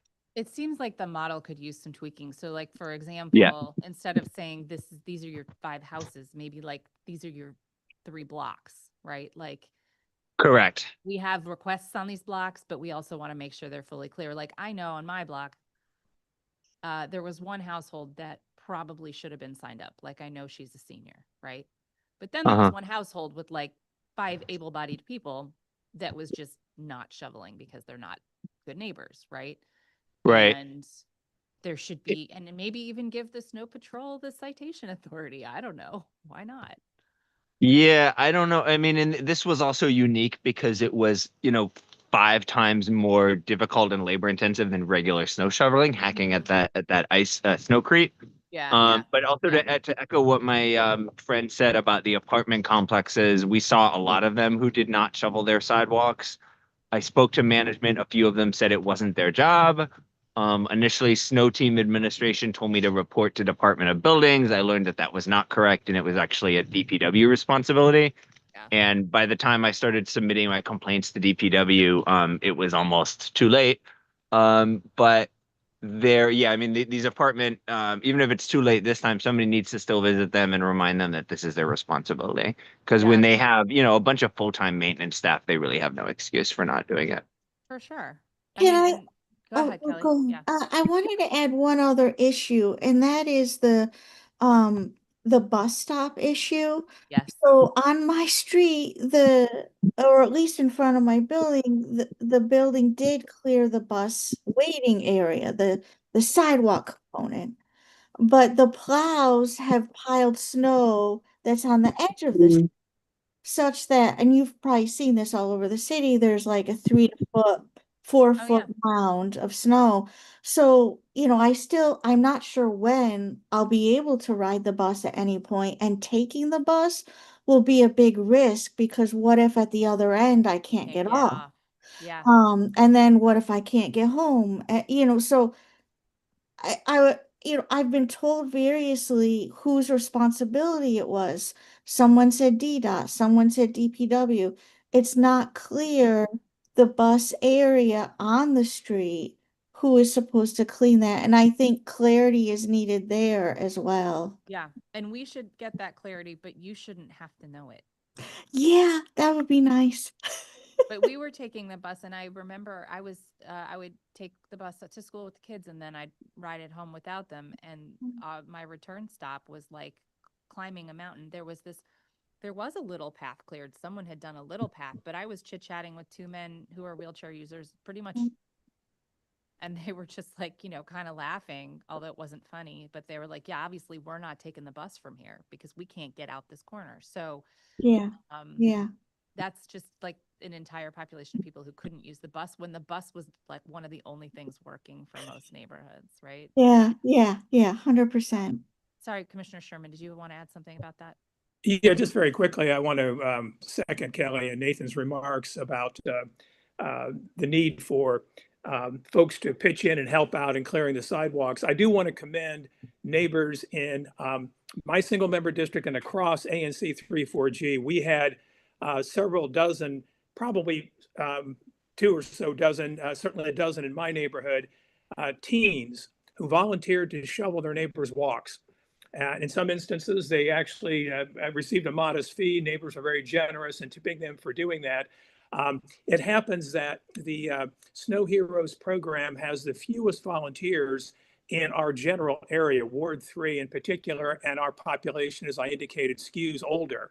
So there's an urgent need for that. I actually participate in the program. I have a snow blower from Serve DC. However, in the compacted ice, it's useless. You can't use a snowblower. So it was a mammoth job to chip away at the ice, but I do want to commend our teens and many of our neighbors who helped one another do that work. Thank you. I appreciate that. And I am also, we figured out pretty early on that the snow tracker data was garbage. So we're going to be following up on that too from your testimony as well. And just Mr. Harrington, while you're still here. Yes. We had talked about the Benning Road Waste Transfer Station in the last panel, and I think they were kind of eager to hear if you had any updates. So was there not a hearing? Was there not a public meeting recently? Not to my knowledge. If so, I wasn't invited to it. Okay. If I wasn't invited, who was? Because I'm supposed to be on the advisory committee. Okay. Got it. Nope. It's fake news. All right. Unfortunately, I guess, but we'll follow up on that. We got to figure out how to get something to move there. But thank you for that. And Commissioner Mene, I don't have any specific questions for you, but thank you very much for your testimony. And I appreciate everybody on this panel. Thank you. Thanks. Thank you. Okay. Our next panel includes Commissioner Kyle Gardner, Commissioner Tripti Patel, Rico Dancy,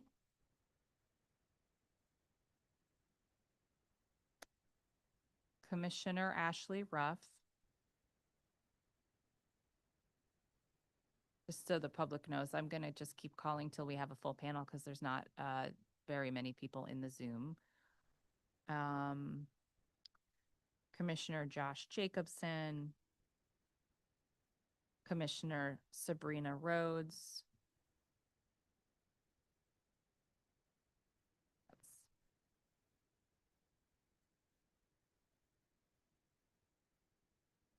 Or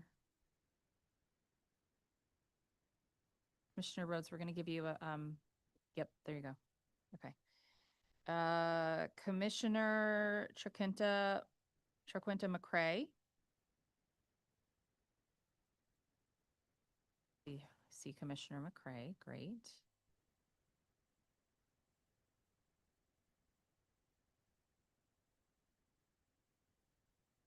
You see Commissioner Jacobson there? Yeah, okay.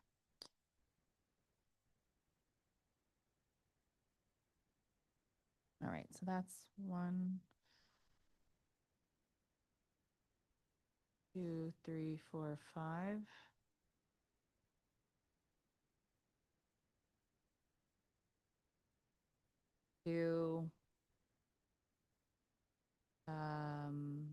Commissioner Huma Imtiaz, and that'll be our panel. Okay, Commissioner Gardner, you may begin when you're ready. Hey, good morning. Can you hear me? We can hear you and we can see Great. you. Appreciate it. I'll apologize in advance. I'm actually on vacation right now, so I'll try to keep my remarks relatively quick. So thank you again.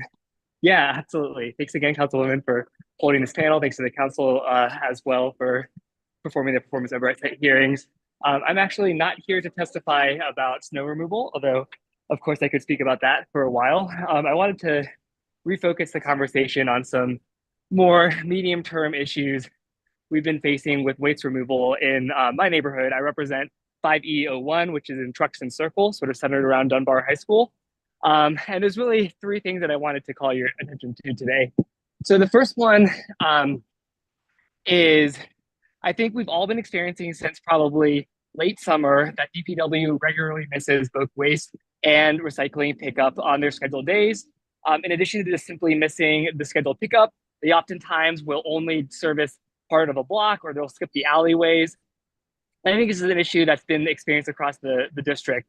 What's been interesting is DPW really has not had a thorough acknowledgement or response to what's been occurring. And I suspect, based off of conversations informally with agency employees and also some of my engagement with other agencies like DPR, that DPW's been under a hiring freeze, was under a hiring freeze for much of the second half of fiscal year 25. And as a consequence, as DPW employees attritioned out of the workforce for normal reasons, DPW is not able to backfill those positions. And so the first thing that I'm coming to you, council member, about is trying to see if we can get some accountability or some acknowledgement from DPW regarding whether or not the sort of systemic issues we've had with waste and recycling pickup has been caused by a depletion of the workforce due to not being able to backfill positions as a consequence of the hiring freeze. The second thing that I wanted to call to your attention, which I think is sort of equally relevant on a systemic issue, is DPW does not seem interested in improving containerization or improving the deployment of waste bins in public areas in my neighborhood. And from talking to other commissioners, that seems similarly true elsewhere.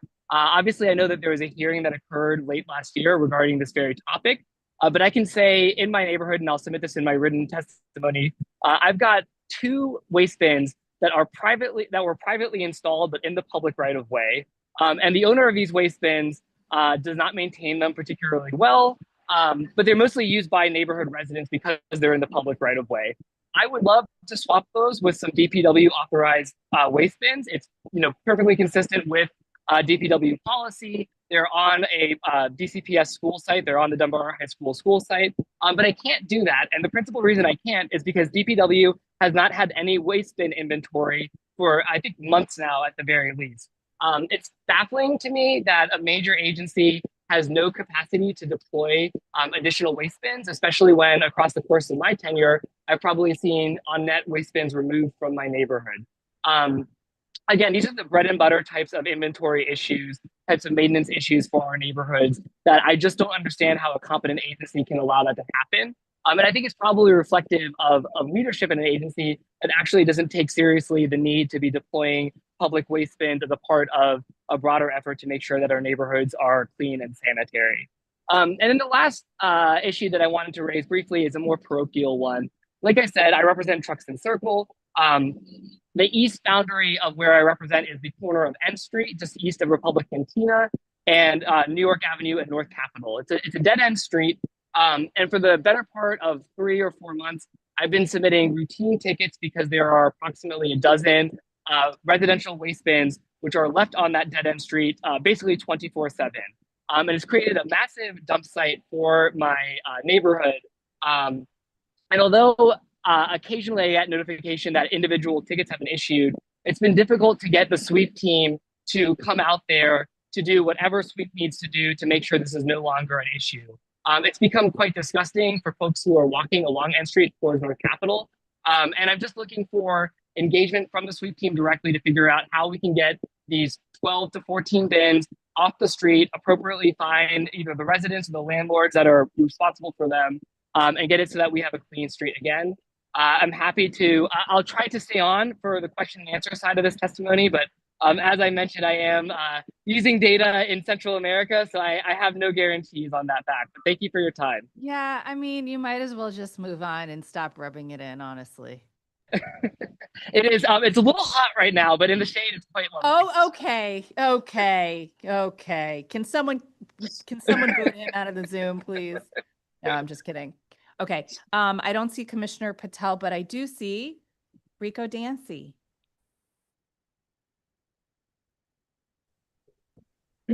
Hello there. Hello. First of all, thank you for having me. Thank you for having access, okay? I have an 85-year-old grandmother who have dementias, who have a wheelchair. He almost fell yesterday through the ice, and they had not shovel the sidewalk for people in a wheelchair. She have a wheelchair and a walker. We used a walker, she almost fell and bust her head.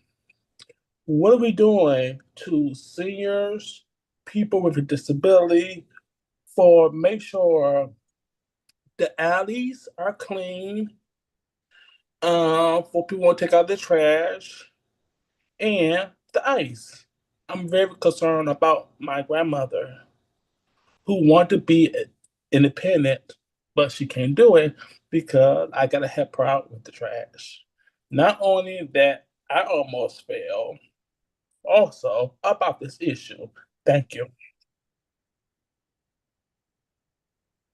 Thank you so much for your testimony.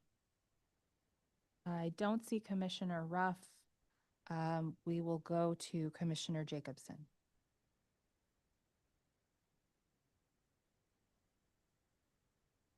Good morning, council members of the staff. Really appreciate you giving me the opportunity to testify today.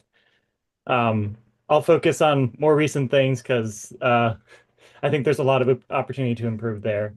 So my name is Josh Jacobson, and I represent Single Member District 1E06 in Pleasant Plains. This testimony is my own and not the position of the committee as a whole. I want to begin by noting that the frontline workers I've interacted with have consistently demonstrated professionalism and dedication. My testimony is not a criticism of those individuals. Rather, it reflects systemic failures in process design, operational equity, and public communication during the recent snowstorm. On route equity and emergency operations, residents on my block last had trash collected on January 22nd and recycling on January 20th. Meanwhile, residents just blocks away have had their trash collected now 4 times during the same period as service has resumed unevenly across routes. We are still waiting for our trash and recycling to be collected. In future emergencies, DPW should develop procedures to balance collection equity across routes. When staffing or weather constraints prevent full service, routes should be rotated to avoid concentrated multi-week service gaps in specific neighborhoods, and not be collecting trash and recycling twice a week from neighborhoods nearby. On communication integrity, beginning February 3rd, so last Tuesday, DPW publicly communicated that Tuesday collection alleys have been cleared of snow.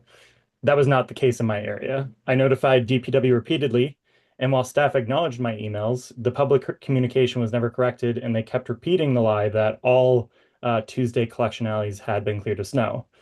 Overconfident or inaccurate communications erode public trust and create confusion among residents.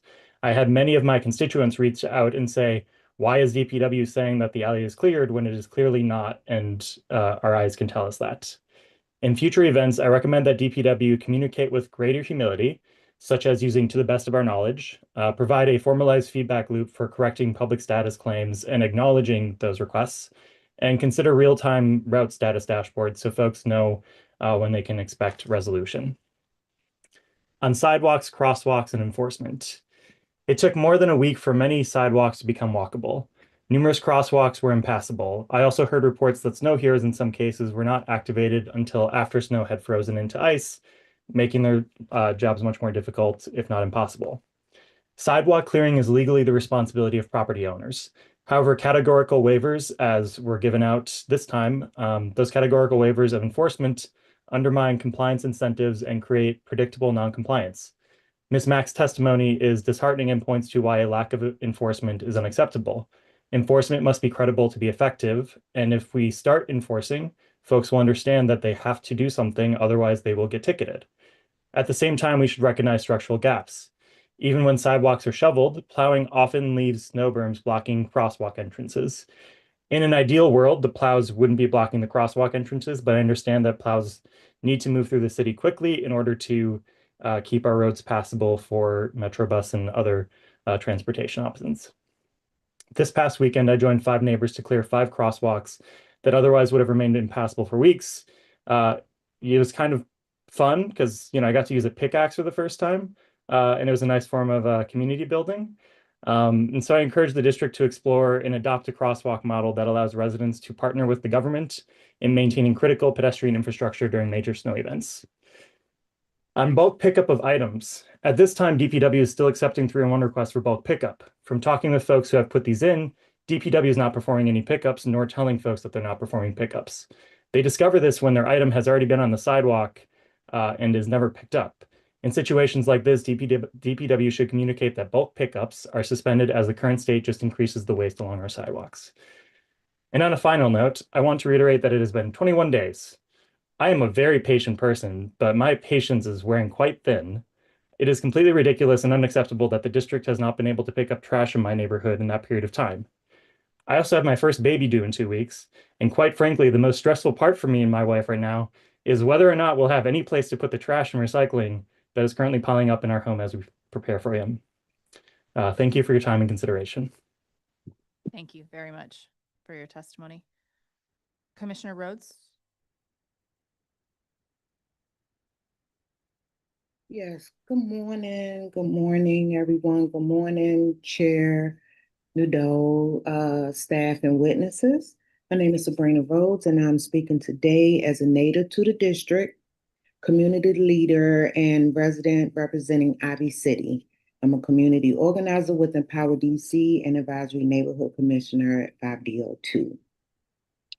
I'm here to ask a very direct question. What is the current status of relocating the DPW maintenance yard from Oakey Street here in Ivy City? And what is the timeline for action? We worked very hard on this document, the Ivy City Small Area Plan, and it indicates in this plan that DPW, that was a recommendation that DPW be relocated. The one on Oakey Street. There's one on West Virginia Avenue, but we're talking about the one on Oakey Street. For decades, my community has carried a disproportionate environmental burden. The DPW lot on Oakey Street operates immediately next to residential homes. We live with constant diesel emissions, noise, and vibrations that are felt in our homes. Idling, dust, truck traffic, and heat. These impacts are not abstract. They affect our air quality, our health, our sleep, and our quality of life. So just imagine all those snowplow trucks, they were coming in and out of the lot from our community. And our community did get plowed, but not that well. But we got a lot of that noise from the trucks. And this is every day because we have the trash trucks, the snowplow trucks, the leaf blowers, the ticket writers who come through our community and circle the community constantly giving tickets. Well, let me get back. Let me focus. They affect our, I say that already. So this is not a community concern. It is a documented planning issue. The small area plan is clear. It calls on the district to continue to develop and refine solutions to avoid or mitigate the adverse effects of industrial, transportation, municipal, construction, and other high impact uses, particularly when proximity to residential areas. The plan explicitly references tools like enhanced buffering, sound walls, and regulating uses that result in land use conflicts. With all this, the Okie Street DPW yard remains in place and the harm continues. Per the Ivy City Small Area Plan, existing zoning guidelines for PDR uses already require physical and visual buffers to reduce emissions, noise, smells, and visual disruption. In 2014, Ward 5 Works went even further, recommending enhanced buffers to better manage the transition between industrial uses and residential neighborhoods. The policy framework exists. What is missing is implementation.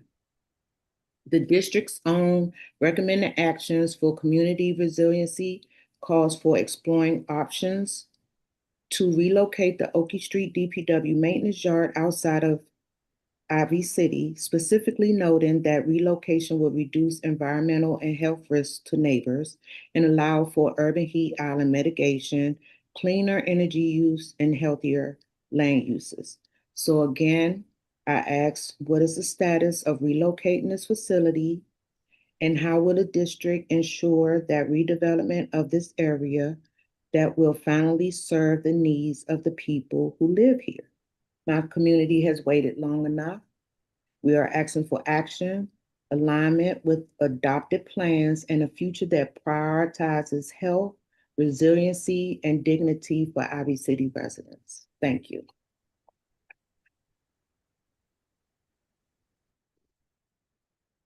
Thank you very much. And Commissioner MTS? Hi, Councilmember. Thank you so much for having this hearing at this very opportune time. I am testifying in my singular capacity as the ANC Commissioner for 5E04 and not on behalf of the Commission. I think as you've been hearing all day and from your own constituents over the last few weeks, DPW's performance during this snowstorm has left much to be desired, and I wanted to point out a few things that might be duplicative, but I think bear repeating. First, communication was really misleading and confusing, and this is something that we flagged to DPW multiple times. Residents were told resumption of services was taking place and alleys were clear, and this is not the case. As of this morning, residents in different parts of Bloomingdale have yet to receive a single trash or recycling pickup since the snowstorm, and some of the alleys have still not been cleared of snow. In my submitted testimony, I have shared a link to a video of the alley from this morning. Commissioner Jacobson also mentioned that this was his experience and shows how DPW didn't effectively prioritize doing a first pass of collection for everyone. I have friends who live in Linear Heights who have received multiple trash collections, and here we're still waiting for one. DPW's solution is for people to keep adding 311 tickets and to leave their trash cans out. And this has been great news for the rats who have survived the snowstorm. And yes, it is true, the rats have survived the snowstorm. I'd also just add that DPW's prioritization kind of focused on clearing arterials while sidewalks and crosswalks remained impossible. When DPW would clear the side streets, the contractors would just pile up snow against ramps. Again, on the 100 block of Rhode Island Avenue, the road was cleared immediately to make it possible for vehicles. but they pushed all the snow on the sidewalk ramps, and so you couldn't cross the road unless you were going into oncoming traffic. On my own streets, neighbors and I across Ward 1 and 5, where we share a boundary, helped to clear multiple pedestrian ramps. We did have a sledgehammer, we didn't have a pickaxe.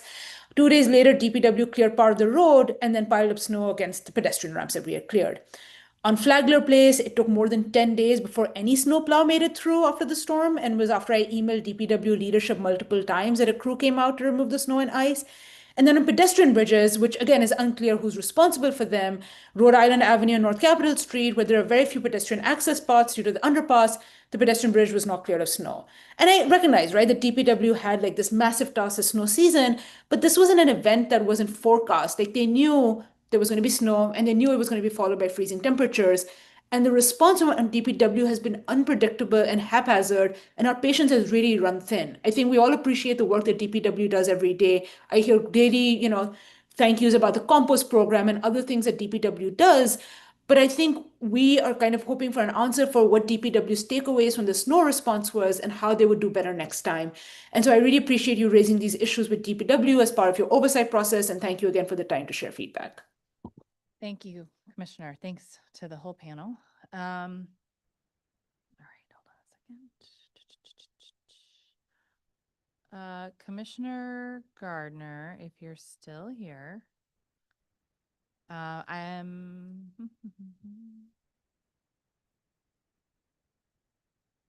on vacation. We got people in the woods. We got people on vacation. It's quite the hearing. All right. I'm sorry, Commissioner McCray, you're next. Thank you for reminding me on my own list. Hey, good morning. Thank you. Good morning, everyone, and good morning, Chair Nadeau. I am Char McCray. I'm an advisory neighborhood commissioner for Trinidad Carver Langston. And I'm here to represent a lot of concerns from residents in my area, not representative of the entirety of the commission, but I'm going to echo a lot of sentiments that a lot of other commissioners have brought up this morning. I think first, I want to start by saying that since January 20th, residents in our neighborhood have not gotten trash pickup. That is inclusive of a multitude of blocks.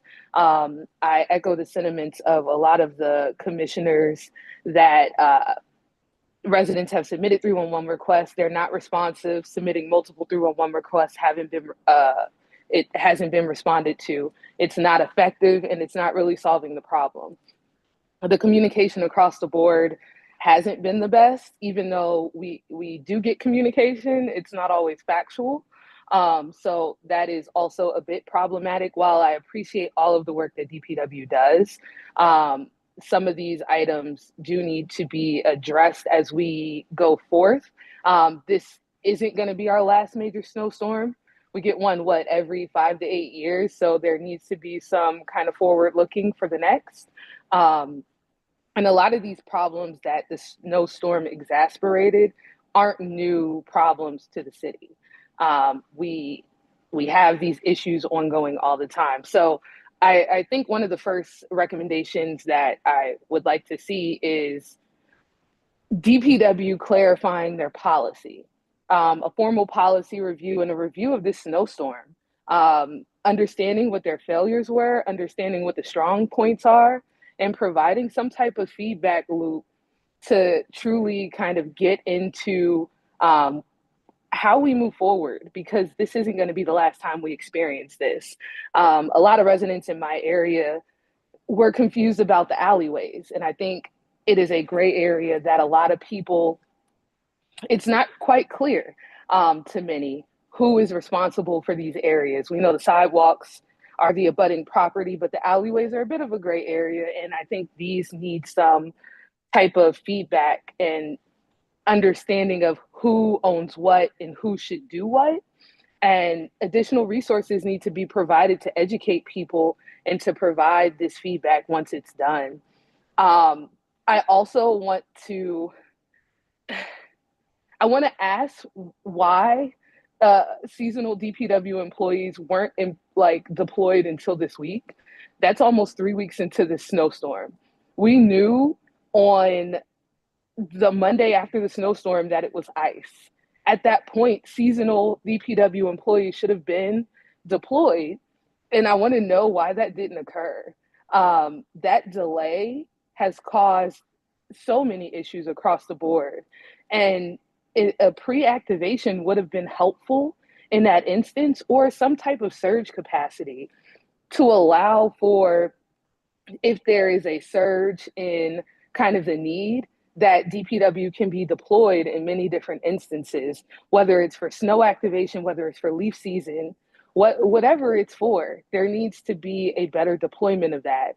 And I think a look at why it took them so long to do that is important. If it's a budget thing, maybe it is increase the budget for that. But I think that also needs some review and feedback. I'm also going to ask that there's some type of look into what a surge capacity could look like when it comes to these storms. This isn't going to be the last time we have this type of issue as we go forth with climate change, as we go forth every 5 to 8 years, this is going to occur. So if that's the case, there needs to be some forward thought into ensuring that sidewalks, pedestrian access ways, alleyways can be cleared, given that a lot of the streets in my area are one-ways. That creates an extreme issue. If there were an emergency, someone, unfortunately, it could have went really left really quickly because you couldn't get down the street. They're one-way streets, nothing was plowed. And due to that, it's going to be an ongoing problem. So just asking that you guys look into what that can look like as we go forth. I'll present the rest in my written testimony, but I appreciate the chance to speak this morning. Thanks. Sorry for almost missing you. It's my notes, it's not you. Okay, so well, just for starters, thank you to all our commissioners for testifying, and Mr. Dancy. I mean, these issues are a problem. They're affecting everybody's day-to-day lives. It's not lost on me that multiple of you testified that your constituents have received no pickup since the storm, which is no longer the situation that most people are in, but nobody should be in, right? So, and we will be happy to follow up with you each on the issues in your SMDs too, if you want, like for right now, as opposed to for the bigger picture. If you want to send us any blocks, let us know. We are currently flagging those for the city administrator as we get them. Commissioner Jacobson, MTS, and McCray, what has your communications been like with DPW about miscollections or plowing? Because I've found the communications as a key piece here. I can go first. We've been flagging them multiple times. We've been forwarding emails from residents. In most cases, I haven't received a response. It's when I've emailed the DPW director that we've heard back, where he's directed other folks from their team to kind of look at it. But that still remains the case that as of right now, there are multiple streets that haven't received trash collection or alley collection. And so, I also don't love emailing the director of an agency every time, trash doesn't get picked up. It's not a good use of anyone's time, and it's not, I think, the way that a city agency should function. Yeah. But unfortunately, getting streets cleared, getting trash picked up has required doing that. And so emailing just the DPW liaison has not helped. We just don't get a response. The 311 tickets have been helped, and being told submit more 311 tickets is just not a good use of people's time. So I got that. Thank you. Commissioner Jacobson? Not good. Thinking back to last Tuesday, being told, multiple times that the alley was plowed, and emailing DPW saying it wasn't plowed, and then the next day them sending another email saying Tuesday's alleys are plowed. We're starting on Wednesday and Thursday. And I'm like, we're going to do Tuesday? And then Thursday, another email saying all Tuesday is wrapped up. Wednesday is wrapped up. We're moving on to Thursday and Friday. I have also emailed them a few times, just like asking for when any sort of relief might come. And it's usually the next day. So it's, I emailed them on Monday. They said, okay, we're coming out on Tuesday. Tuesday, I get an update. No, we're coming out on Wednesday. Yesterday, I emailed, didn't get a response, but Are they coming out today? I have no clue. And I think like just being able to set expectations would make everyone feel better about the situation because then they know how to react. Because if I'm told, you know, it's going to be 3 weeks, then I guess I'm just going to have to go rent a big pickup truck and throw trash in the rented truck and then take it to the dump. But not really knowing means that it's hard for me to like set expectations for myself and for my constituents. Because my constituents would probably do that too if they just knew that, hey, no help is coming anytime soon. I guess you just have to figure it out on your own. And I'll echo those same things. For the most part, I've been communicating with DPW and our liaison has been responsive, but the responsiveness isn't coming with the actualities of seeing the cleanup of the plows and seeing the trash picked up. So while the requests are being put in, there is no actual response to kind of follow that up. And that's really the issue. No matter, the requests have been submitted since the end of January. And now we're on what, February 12th? So at this point, if I submit another 311 request and ask for it to get escalated, or if I have them submit something else and ask them to get escalated, it's not being responded to. So like I asked if there's going to be an estimated completion of when these things are going to occur. And I have not seen, they're like, hopefully, prayerfully soon is kind of the response I get. And I don't like, I appreciate that response, right? But I need a date, right? Yeah. Like it doesn't help me set those expectations. So just in general, like I want to flag the 1300 block of Staples Street Northeast and the 1500 block of Queen Street Northeast are 2 blocks that have huge rat problems and they need pickup ASAP. And I can send you a full listing of all of the streets, but those are ones. It's been similar communications of forwarding the lack of trash pickup to the liaisons and still no response. Thank you. And my constituent services staff is also watching the hearing today and compiling the list. So thank you for that. And I saw Commissioner Rose, your camera came on for a second. Did you want to add anything before we wrap?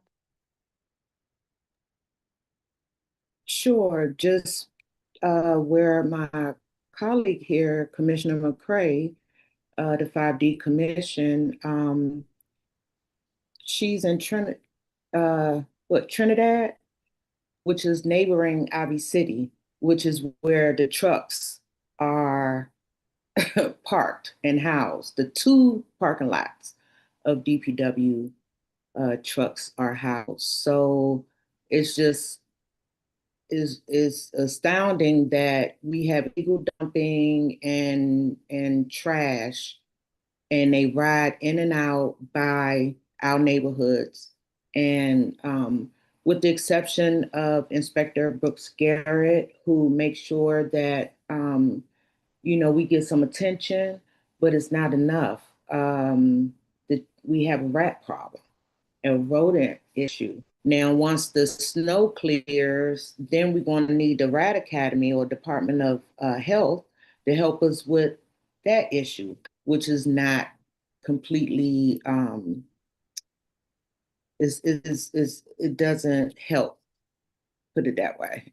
So that's all I wanted to add to that. Well, thank you very much to this panel. Mr. Dancy, always good to see you.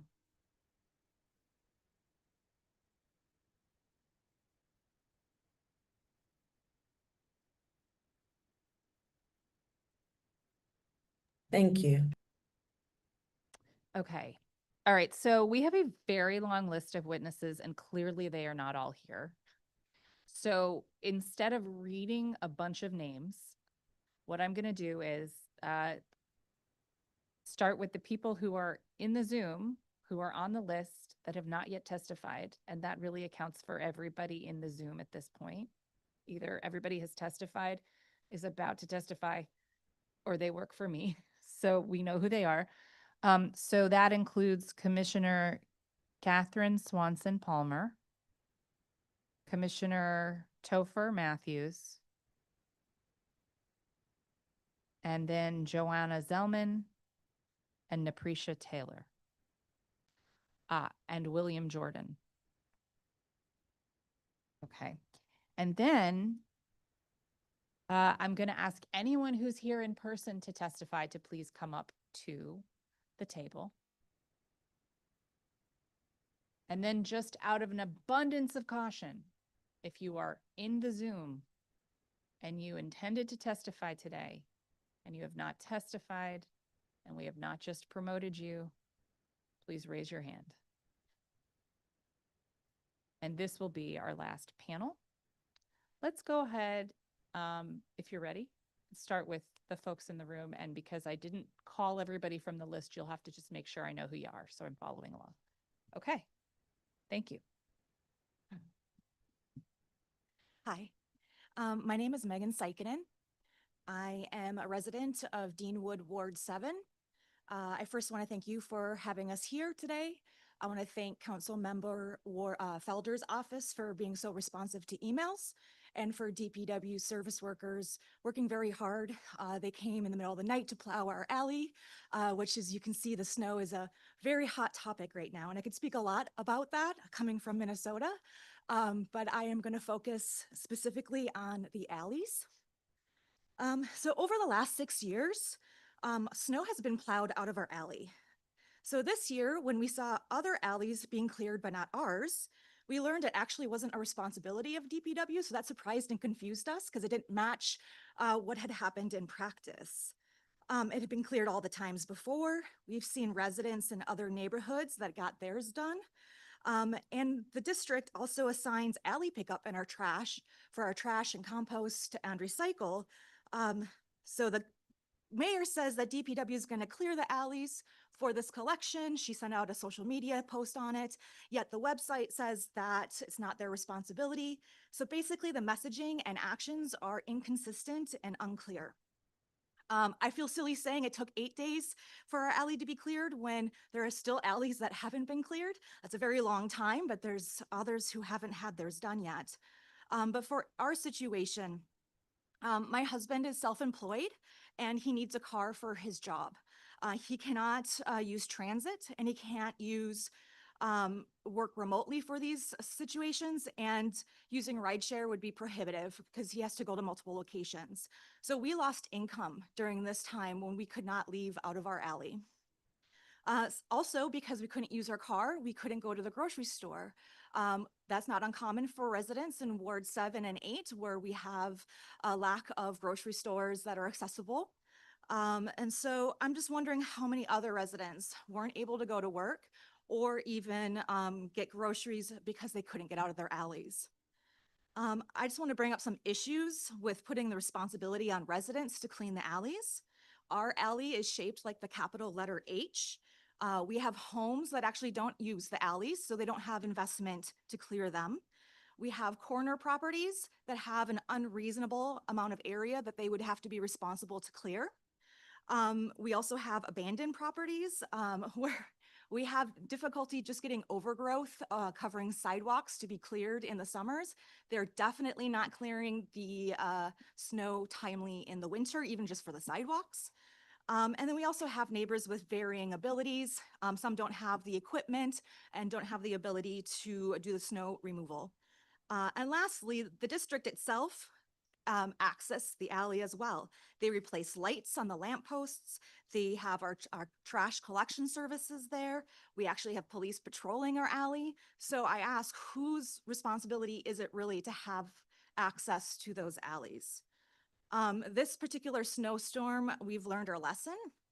Unless there's a change in that policy, we're going to start putting our car on the street so we have better access to it. But I just want to ask, for cleaning services, for snow removal, do we want more cars on the streets or do we want fewer cars on the streets? It's a lot easier to clear streets when you don't have cars parked there. So I'm just asking that DPW reconsider the policy on who's responsible for alley snow removal and to communicate those expectations so we know how we need to prepare so that we have the things that we need. And also, snow isn't novel. It's not new. We don't get a lot of it, but we do get it regularly. And so I highly recommend that a team be put together that looks at other cities, urban areas where they do get a lot of snow, learn about snow removal methods. Where do you put it? How do you get rid of it? And maybe do a little task force to figure out how we can manage this better in the future. So thank you very much for your time today. Thank you. Good afternoon, Councilmember Neto. I got an invitation to this via email, so thank you for sending it along to me and just having the opportunity to be here. My name is Rainey Sampath. I am a resident of Ward 1, and this is my first time in the Wilson Building.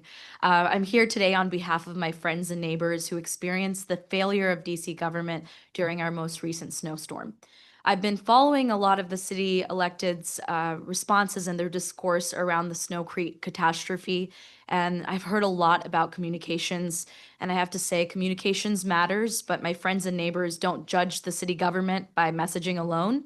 We judge it by whether the streets are passable, if the sidewalks are safe, if the buses are running, and if people can leave their homes without risking injury. And none of those things happened after the snowstorm. The public reporting shows that the district increased its snow removal budget in recent years, with DPW snow removal funding exceeding $7 million, rising by more than $2 million over prior levels. That investment was meant to improve readiness and execution, yet the outcome was days of hazardous sidewalks, disrupted transit, lost wages, as my peer here said, and restricted mobility long after snowfall had stopped. That gap between massive taxpayer investment and outcome is the core issue before us today. I want to share a story that was relayed to me secondhand from a good friend because it illustrates the real consequences of this failure. A friend of mine who works as a bartender in Ward 1 saw a woman in a wheelchair waiting at the road of the bus stop during the storm because the sidewalks were unpassable. Emergency flares had been placed around her so cars wouldn't hit her. When he asked what happened, she explained that EMS placed the flares and then left her there to wait for the bus. No one should be put in this position in the nation's capital. We should all be horrified. Snow removal is not just about everyday convenience for able-bodied people like me. It's social infrastructure. When people are trapped in their homes, wages are lost, healthcare is delayed, isolation increases, and public safety risks rise, especially for seniors, people with disabilities, and transit-dependent residents.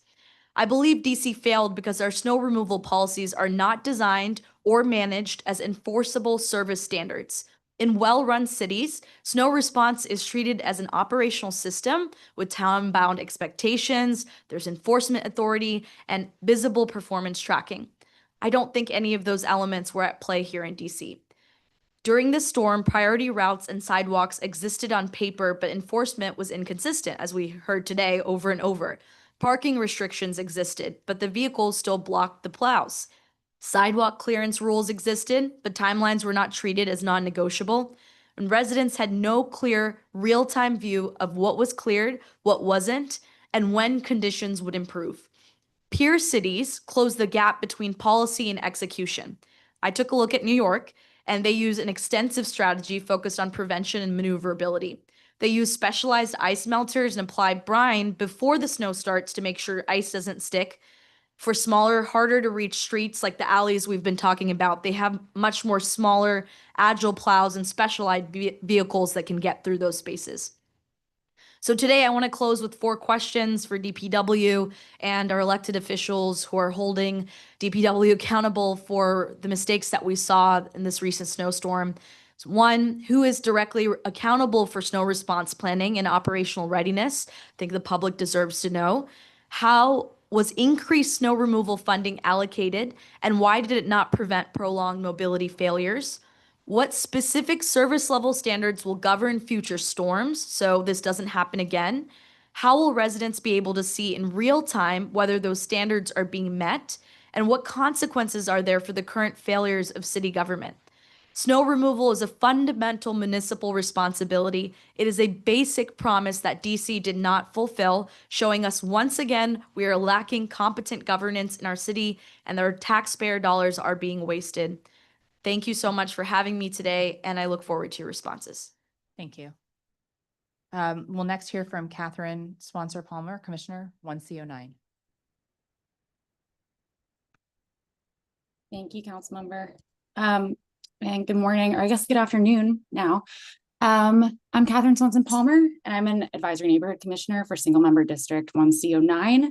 1C is located in Adams Morgan, and single member district 1C09 specifically covers a small rectangle between 16th Street Northwest, 17th Street Northwest, 17th Street Northwest, Columbia, and Calorama Road.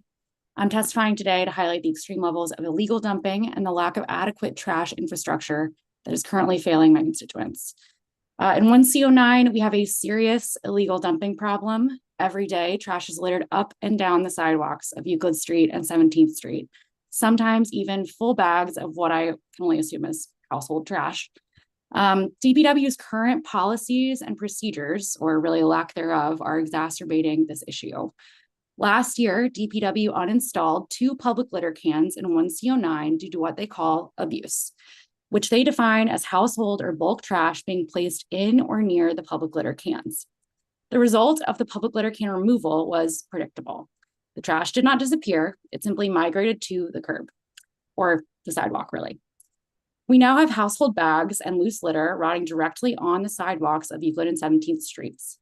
This policy, to me, is fundamentally backwards, that we would remove the trash can because people are putting too much trash in it. It is far better for waste to be contained, even if it is the wrong type of waste, than to be left on the pavement to fuel our neighborhood's burgeoning rodent population. Removing a trash can does not stop people from having trash, it just stops them from having a place to put it. Beyond the daily struggle with illegal dumping, 1C09 has seen a total breakdown in trash collection services. A resident in my neighborhood has reported 23 missed trash collections in a row with no end in sight. The only time their trash has been collected is when I call DPW's trash collection line in the morning, usually around 5:30 or 6 a.m., to remind them of the need to collect this resident's trash. When basic services like these are ignored and 311 requests for illegal dumping go unaddressed for over 8 days after the request is made, the community loses faith in the system and is forced to live in squalor with this rapidly increasing rat population. The Containing Litter and Ensuring Adequate Neighborhood Collections Amendment Act of 2024, or the CLEAN Act, went into effect in October 2025. This law mandates that DPW shall install public litter containers in residential zones when requested, provided the location is within 1 block of a non-residential zone already serviced by DPW for trash and recycling. Despite this, my requests for public litter cans at Euclid Street or Mozart or 17th, where illegal dumping is constant, as I mentioned, have been flatly denied or ignored. DPW representatives have told me that they will not be placing a can in a residential neighborhood, period, full stop. A stance that appears to be directly in contradiction with the requirements and the process outlined in the Clean Collections Act. So I urge this committee and you, council member, to hold DPW accountable for adhering to the Clean Collections Act by following legal process for litter can installation in residential areas and improving the reliability of trash collection. I hope the committee and DPW can both recognize that removing public litter cans is just not a solution, but rather a catalyst for more dumping and a worsening rodent population. I guess worsening is really not the right word. Increasing rodent population. Thank you for your time, and especially you, council member, for your commitment to a cleaner district. Thank you. Joanna Selman. Thanks, Councilmember Nadeau. My name is Joanna Selman, and I'm a Ward 1 resident and volunteer with Sierra Club DC. There are a lot of important issues that are being addressed today. I'm going to focus on composting, and I will start with a confession that isn't very pretty, which is I regularly sneak over to the back of my sister's house and cram my compost into her bin. She lives nearby, and she was lucky enough to get into the compost pilot program. She has 3 kids though, so I usually have to really squish everything down to make my compost fit on top of their 200 banana peels. And when I can't cram it in, I'll do the 30-minute round trip walk to the nearest smart compost bin. I'm really delighted by the new smart compost bins, and it's great that my sister's family has those 24/7 access to the pilot composting program. But we need more, and especially near schools where good habits start early, and we need data transparency to understand these efforts. My understanding is that DC law requires additional access to composting, but hasn't been fully implemented or enforced, and I think it's time to change that. Now, why of all the things going on in the world right now is this issue worth us focusing on? Composting is a really important way that we can reduce the impacts of climate change. Reducing food waste ranks as one of Project Drawdown's most effective climate solutions, along with another food-based solution of eating plant-rich diets. If we don't transition to a more plant-based food system, the worst effects of climate change will be unavoidable. And if we don't reduce our food waste, we miss one of the most effective ways to cut greenhouse gas emissions quickly. So there are a lot of things that are out of our control, but these are real tangible actions that we can fix. Well, maybe I hope that my sister doesn't spend her free time watching performance oversight hearings. I hope even more that compost services can be expanded. Thank you. Wait, she doesn't know? She doesn't know unless someone sends her this link. This is hilarious. Okay. Napresha Taylor. Hi there. Can you hear me okay? Awesome. Good morning, Chairperson Nadeau and other members of the committee. My name is Napresha Taylor. I'm a member of the Deanwood Citizens Association located in ANC 7C, and a former commissioner for Serve DC. When I moved to Deanwood in 2020, I used to admire the steel trash cans chained to the trees that border my community before I knew they were a veneer to absent policy reform. Back then, I assumed the heaps of illegally dumped trash in residential alleys was temporary, but as many on the panel have said today, it has been permanent in our neighborhood, and I've bared witness to that. While residents certainly play a part in this, DPW is self-proclaimed, as you know, as responsible for all sanitation education. Duration of our environmental health rests on their shoulders, and this testimony is to ensure that they're held accountable, and I appreciate the opportunity to give it. After trash services conclude on Tuesdays in my alley, outside of the snow storms, it reeks of spoiled milk and dirty diapers. This is afterward. The trash bags that couldn't fit in the bins remain untouched, becoming feast for rodents, as we've talked about today. Trash bins aren't returned to my property. They're often found deeper in the alley or with broken lids. And it allows for rain to come down into the receptacle and just make more mess. Beyond the trash, my alley sees active prostitution, evident by littered used condoms and occasionally sightings of individuals caught in the physical act. My long alley has one light at the end of the cul-de-sac, and I'm more in the middle. No cameras, no surveillance. And from my view, the district services fail to audit their effectiveness in my alley and in many alleys around me here in Ward 7. I wish to see them deliver better services and assume responsibility for their part in this matter. And my community is ripe for policy reform to improve its current state. In 2022, DPW introduced a pilot program through Helping Hands focused on alley cleaning and collaborating with Ward 7 and Ward 8 about beautification and cleanliness. And while my alley was chosen for that pilot, shifting of behavior, education in my community, updated policy, I have not seen evidence of any of that to date. I have more to say, and I will submit it in my written testimony. But my hope is that the council and DPW can come together to create sustainable change, both in education policy and general cleanliness, to make a neighborhood that we can be more proud of together. Thank you. Thank you very much for your testimony. William Jordan.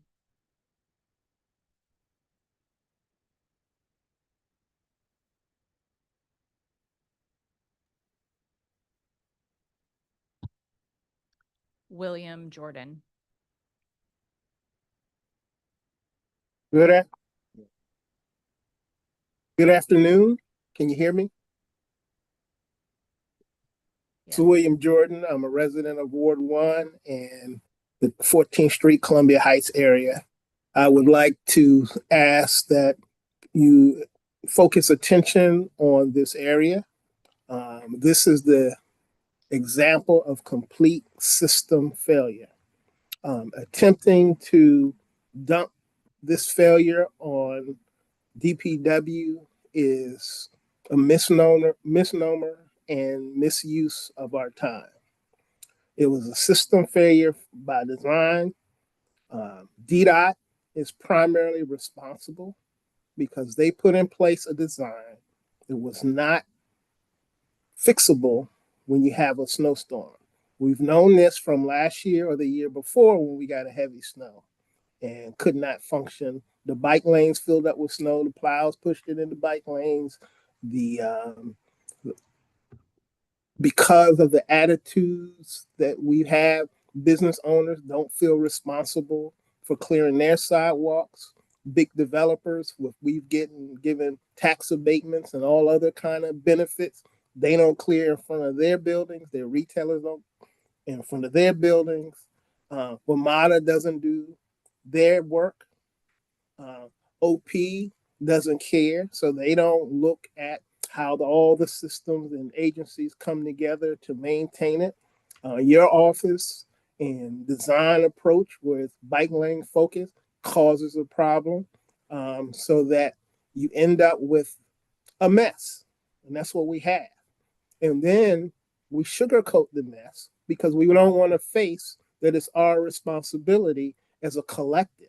It is not the government responsibility alone to remove snow and ice. That's ridiculous.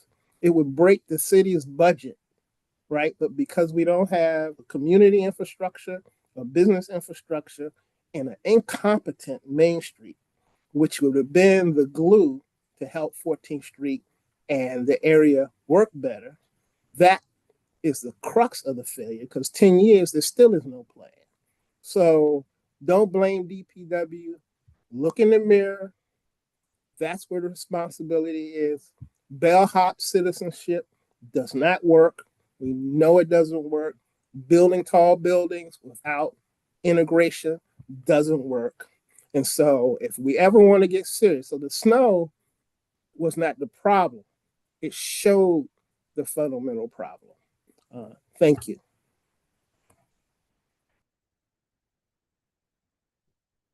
Daniel O'Brien. Good afternoon. Thank you so much for having me and putting this on. My name is Dan O'Brien. I'm a Ward 5 resident. And the year is 2026. The public, city planners, council members, and pretty much everyone have known about the effects of climate change and pollution for decades. And we also know the solutions to these issues, and we just need to implement them. Many cities around the world and in our area with a lot less funding than DC have implemented solutions such as universal composting for all of their residents. So that's something that we should really think about. Doing so would greatly reduce our emissions, as well as reduce household waste that goes into incinerators and landfills. And it's about time DC educates the public and expands the compost program to all households, multifamily housing units, businesses, government buildings, etc. DC must enforce these programs once they're implemented. And it would be really great to see them in our large events at our stadiums and things like that. I think the DC law is that this already needs to exist, but I have yet to see compost and food waste collection sites. So they need to be a lot more available, as well as for our schools. It's also imperative that we start to continue to do the work. We continue to do the work to implement our DC Zero Waste Plan and reduce DC's waste. I want to thank you for your work on the DC bottle bill, and that should be passed ASAP.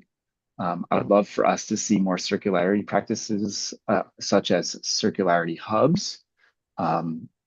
We all have so much stuff that we can share, and circular cities are not only circular systems are not only inspiring, they make us more resilient. And with our times being so turbulent, resilience is extremely important. So just to reiterate, the year is 2026. We've known these solutions for a very, very, very long time, and it's about time that we start implementing them. How much longer should we talk about them before we implement them? And if they will be implemented in the future, no matter what, We should just get started now. Thank you so much for your time and all your amazing work. Yeah, as a citizen, I'm appreciative of it, but also excited to see things happen. Thank you so much. Just checking on one thing before we turn to questions. Oh, didn't I?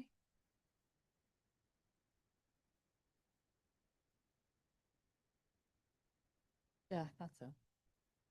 Oh, okay, I guess not. Commissioner Matthews, I'm sorry. Thought I gotcha. Well, thank you so much allowing me to speak. I'm Dover Matthews. I'm chair of ANC 2E, which covers Georgetown and Burleigh neighborhoods. I want to just say, quick second, say I echo everything that's been said about the snow and the ice and everything. So I won't beat that dead horse, but I will beat a totally different dead horse, parking enforcement. After the onset of COVID and a temporary pause in active parking enforcement, there was a sharp increase in people driving and parking all day in Georgetown in 2-hour limited spaces. Even after the resumption of parking enforcement, this behavior continued almost completely unabated. We in the neighborhood observe it every day, and repeated calls to DPW have had really no impact. We believe this behavior continues because despite our pleas to DPW, parking enforcement is still significantly below where it was pre-COVID. And the few tickets that are issued come with fines so insignificant that routine violators have really little incentive to change their behavior. Our analysis of parking tickets from the data feed from the city tickets issued in Georgetown shows that overall parking enforcement is down 50%, cut totally in half since pre-COVID. And even worse, the enforcement of the 2-hour limit is down 70%, 70%. No wonder commuters park all day with little fear of consequences. And when those consequences do occur, the city fines you only $30 for exceeding the 2-hour rule. That's basically what they would pay if they actually parked in a garage for a day or two. The city fines you $100 if your registration is expired, even less than 30 days. And we think that's a pretty good place to start for finding commuters trying to park for free all day on 2-hour streets. Above all, parking policy needs effective enforcement. And to that end, we need DPW to be provided with all the sufficient funds to hire more parking enforcement staff. I think we've seen this across a lot of issues with DPW is the staffing issues. And funding, hiring incentives, whatever is necessary to get the people to do the job would be critically necessary. Also, we've been hearing about 100 new automatic plate readers being authorized but not purchased. And so we really need to get those actually purchased and implemented out on the streets. And then finally, I really strongly support the adoption of the Strategic Parking Enforcement Enhancement Act. This critically important bill would provide for the establishment of reimbursable details for the parking enforcement.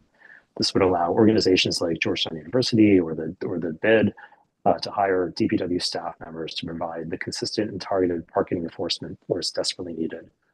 The adoption of this bill would improve the quality of life for residents as well as for the visitors who are willing to abide by the 2-hour rule because there will be more spaces for them.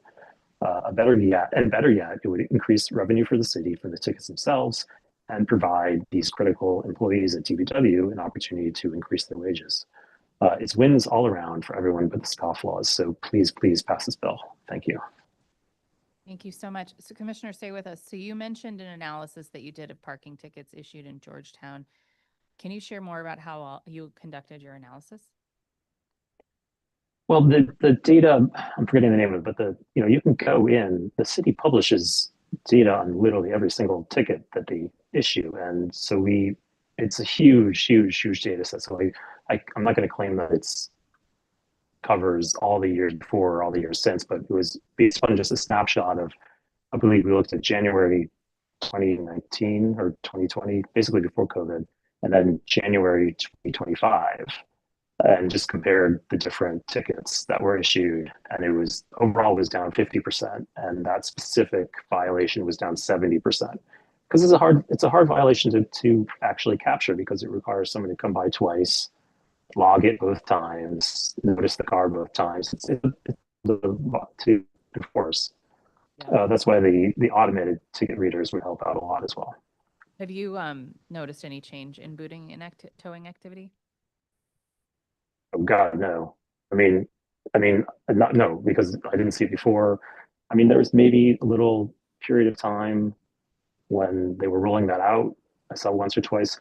We're not even seeing tickets, so they're not going to get to boots if they haven't ticketed in the first place. I see the same 8 cars parked 8 hours every day, Maryland plates on my block. It's just zero enforcement. Thank you. The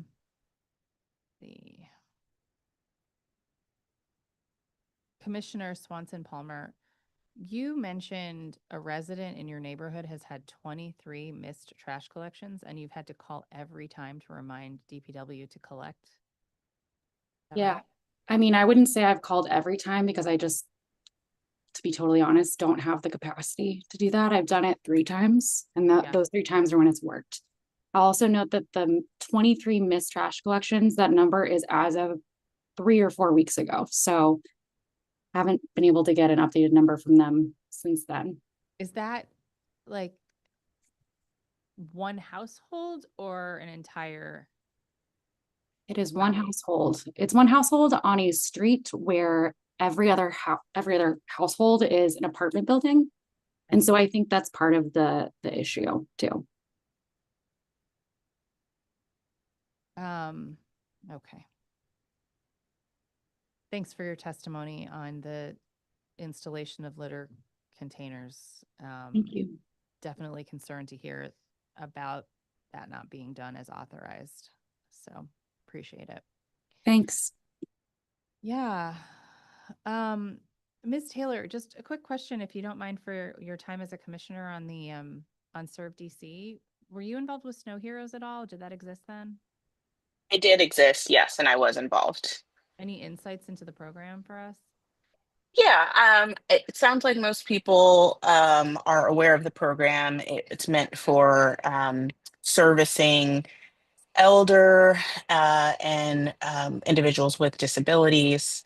In the case of snow, just like we're having right now, the program is it's employed by volunteers, and it's ward based. And so you have essentially local volunteers going to residential areas of folks who sign up to help with the services. And really what they're doing is they're clearing the front path, typically, not like helping with the back path to the alley or digging out cars or anything like that.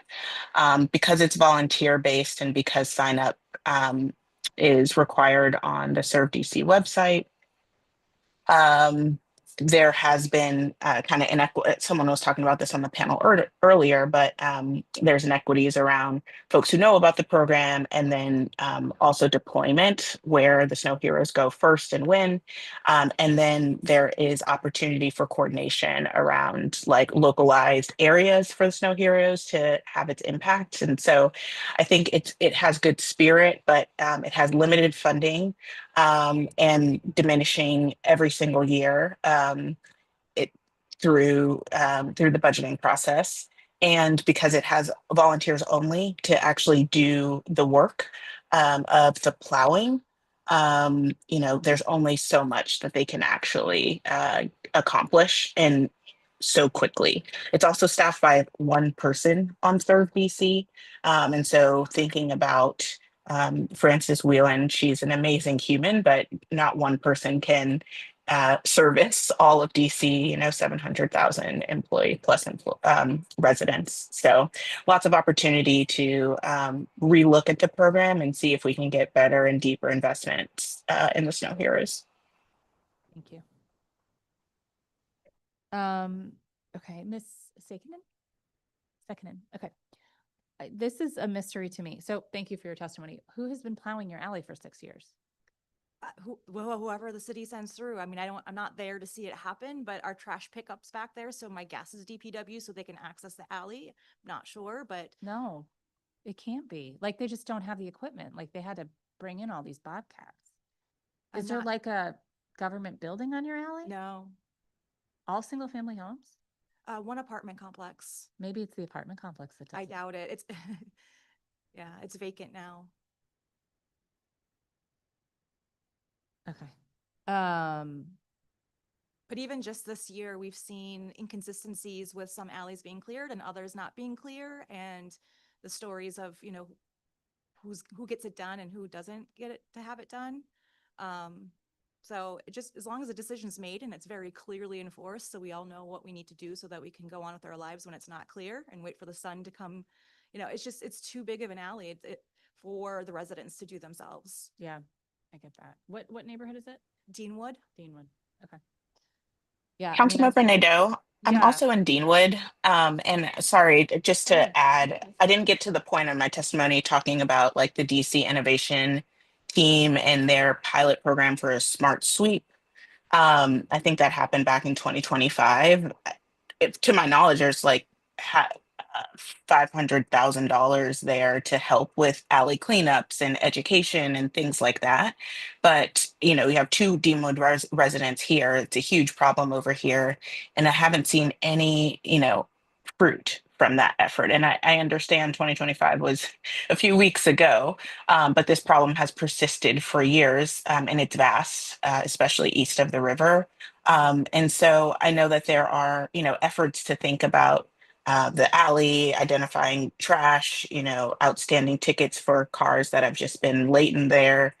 And I think just a little bit more time and focus on figuring out this persistent problem would be appreciated, and is quite frankly necessary for folks like us in Deanwood and folks all over the district as well. What is the name of the fund you just mentioned? It's Smart Sweep program under the DC Innovation Team. Where are they located? I don't have that information, but I can confirm. And when I send you my testimony, I will specify that there. Thank you. I appreciate that. Of course.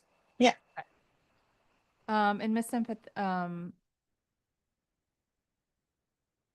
that was a really harrowing story about the person in a wheelchair surrounded by flares. Do you have any idea where that was?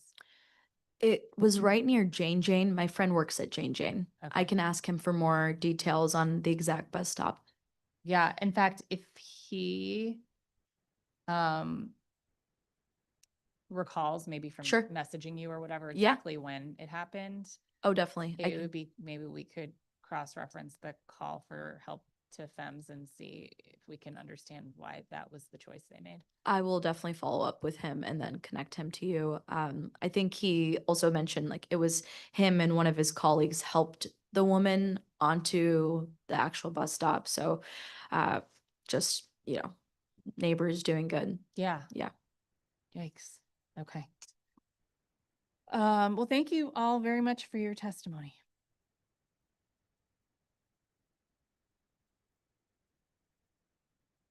Just like dying to know what's going to happen in the Zellman family now. So much. My mom just texted my sister, so Oh, cool. that's the big update from the last 5 minutes. Send updates, post on Reddit. All right. Thank you. All right. Well, that concludes today's performance oversight hearing for public witnesses. For those who plan on submitting written testimony for the record, please do so by going to the council hearing management system where you signed up at lims.dccouncil.gov/hearings. The record will close on Thursday, February 26th, 2026 at 5:30 p.m.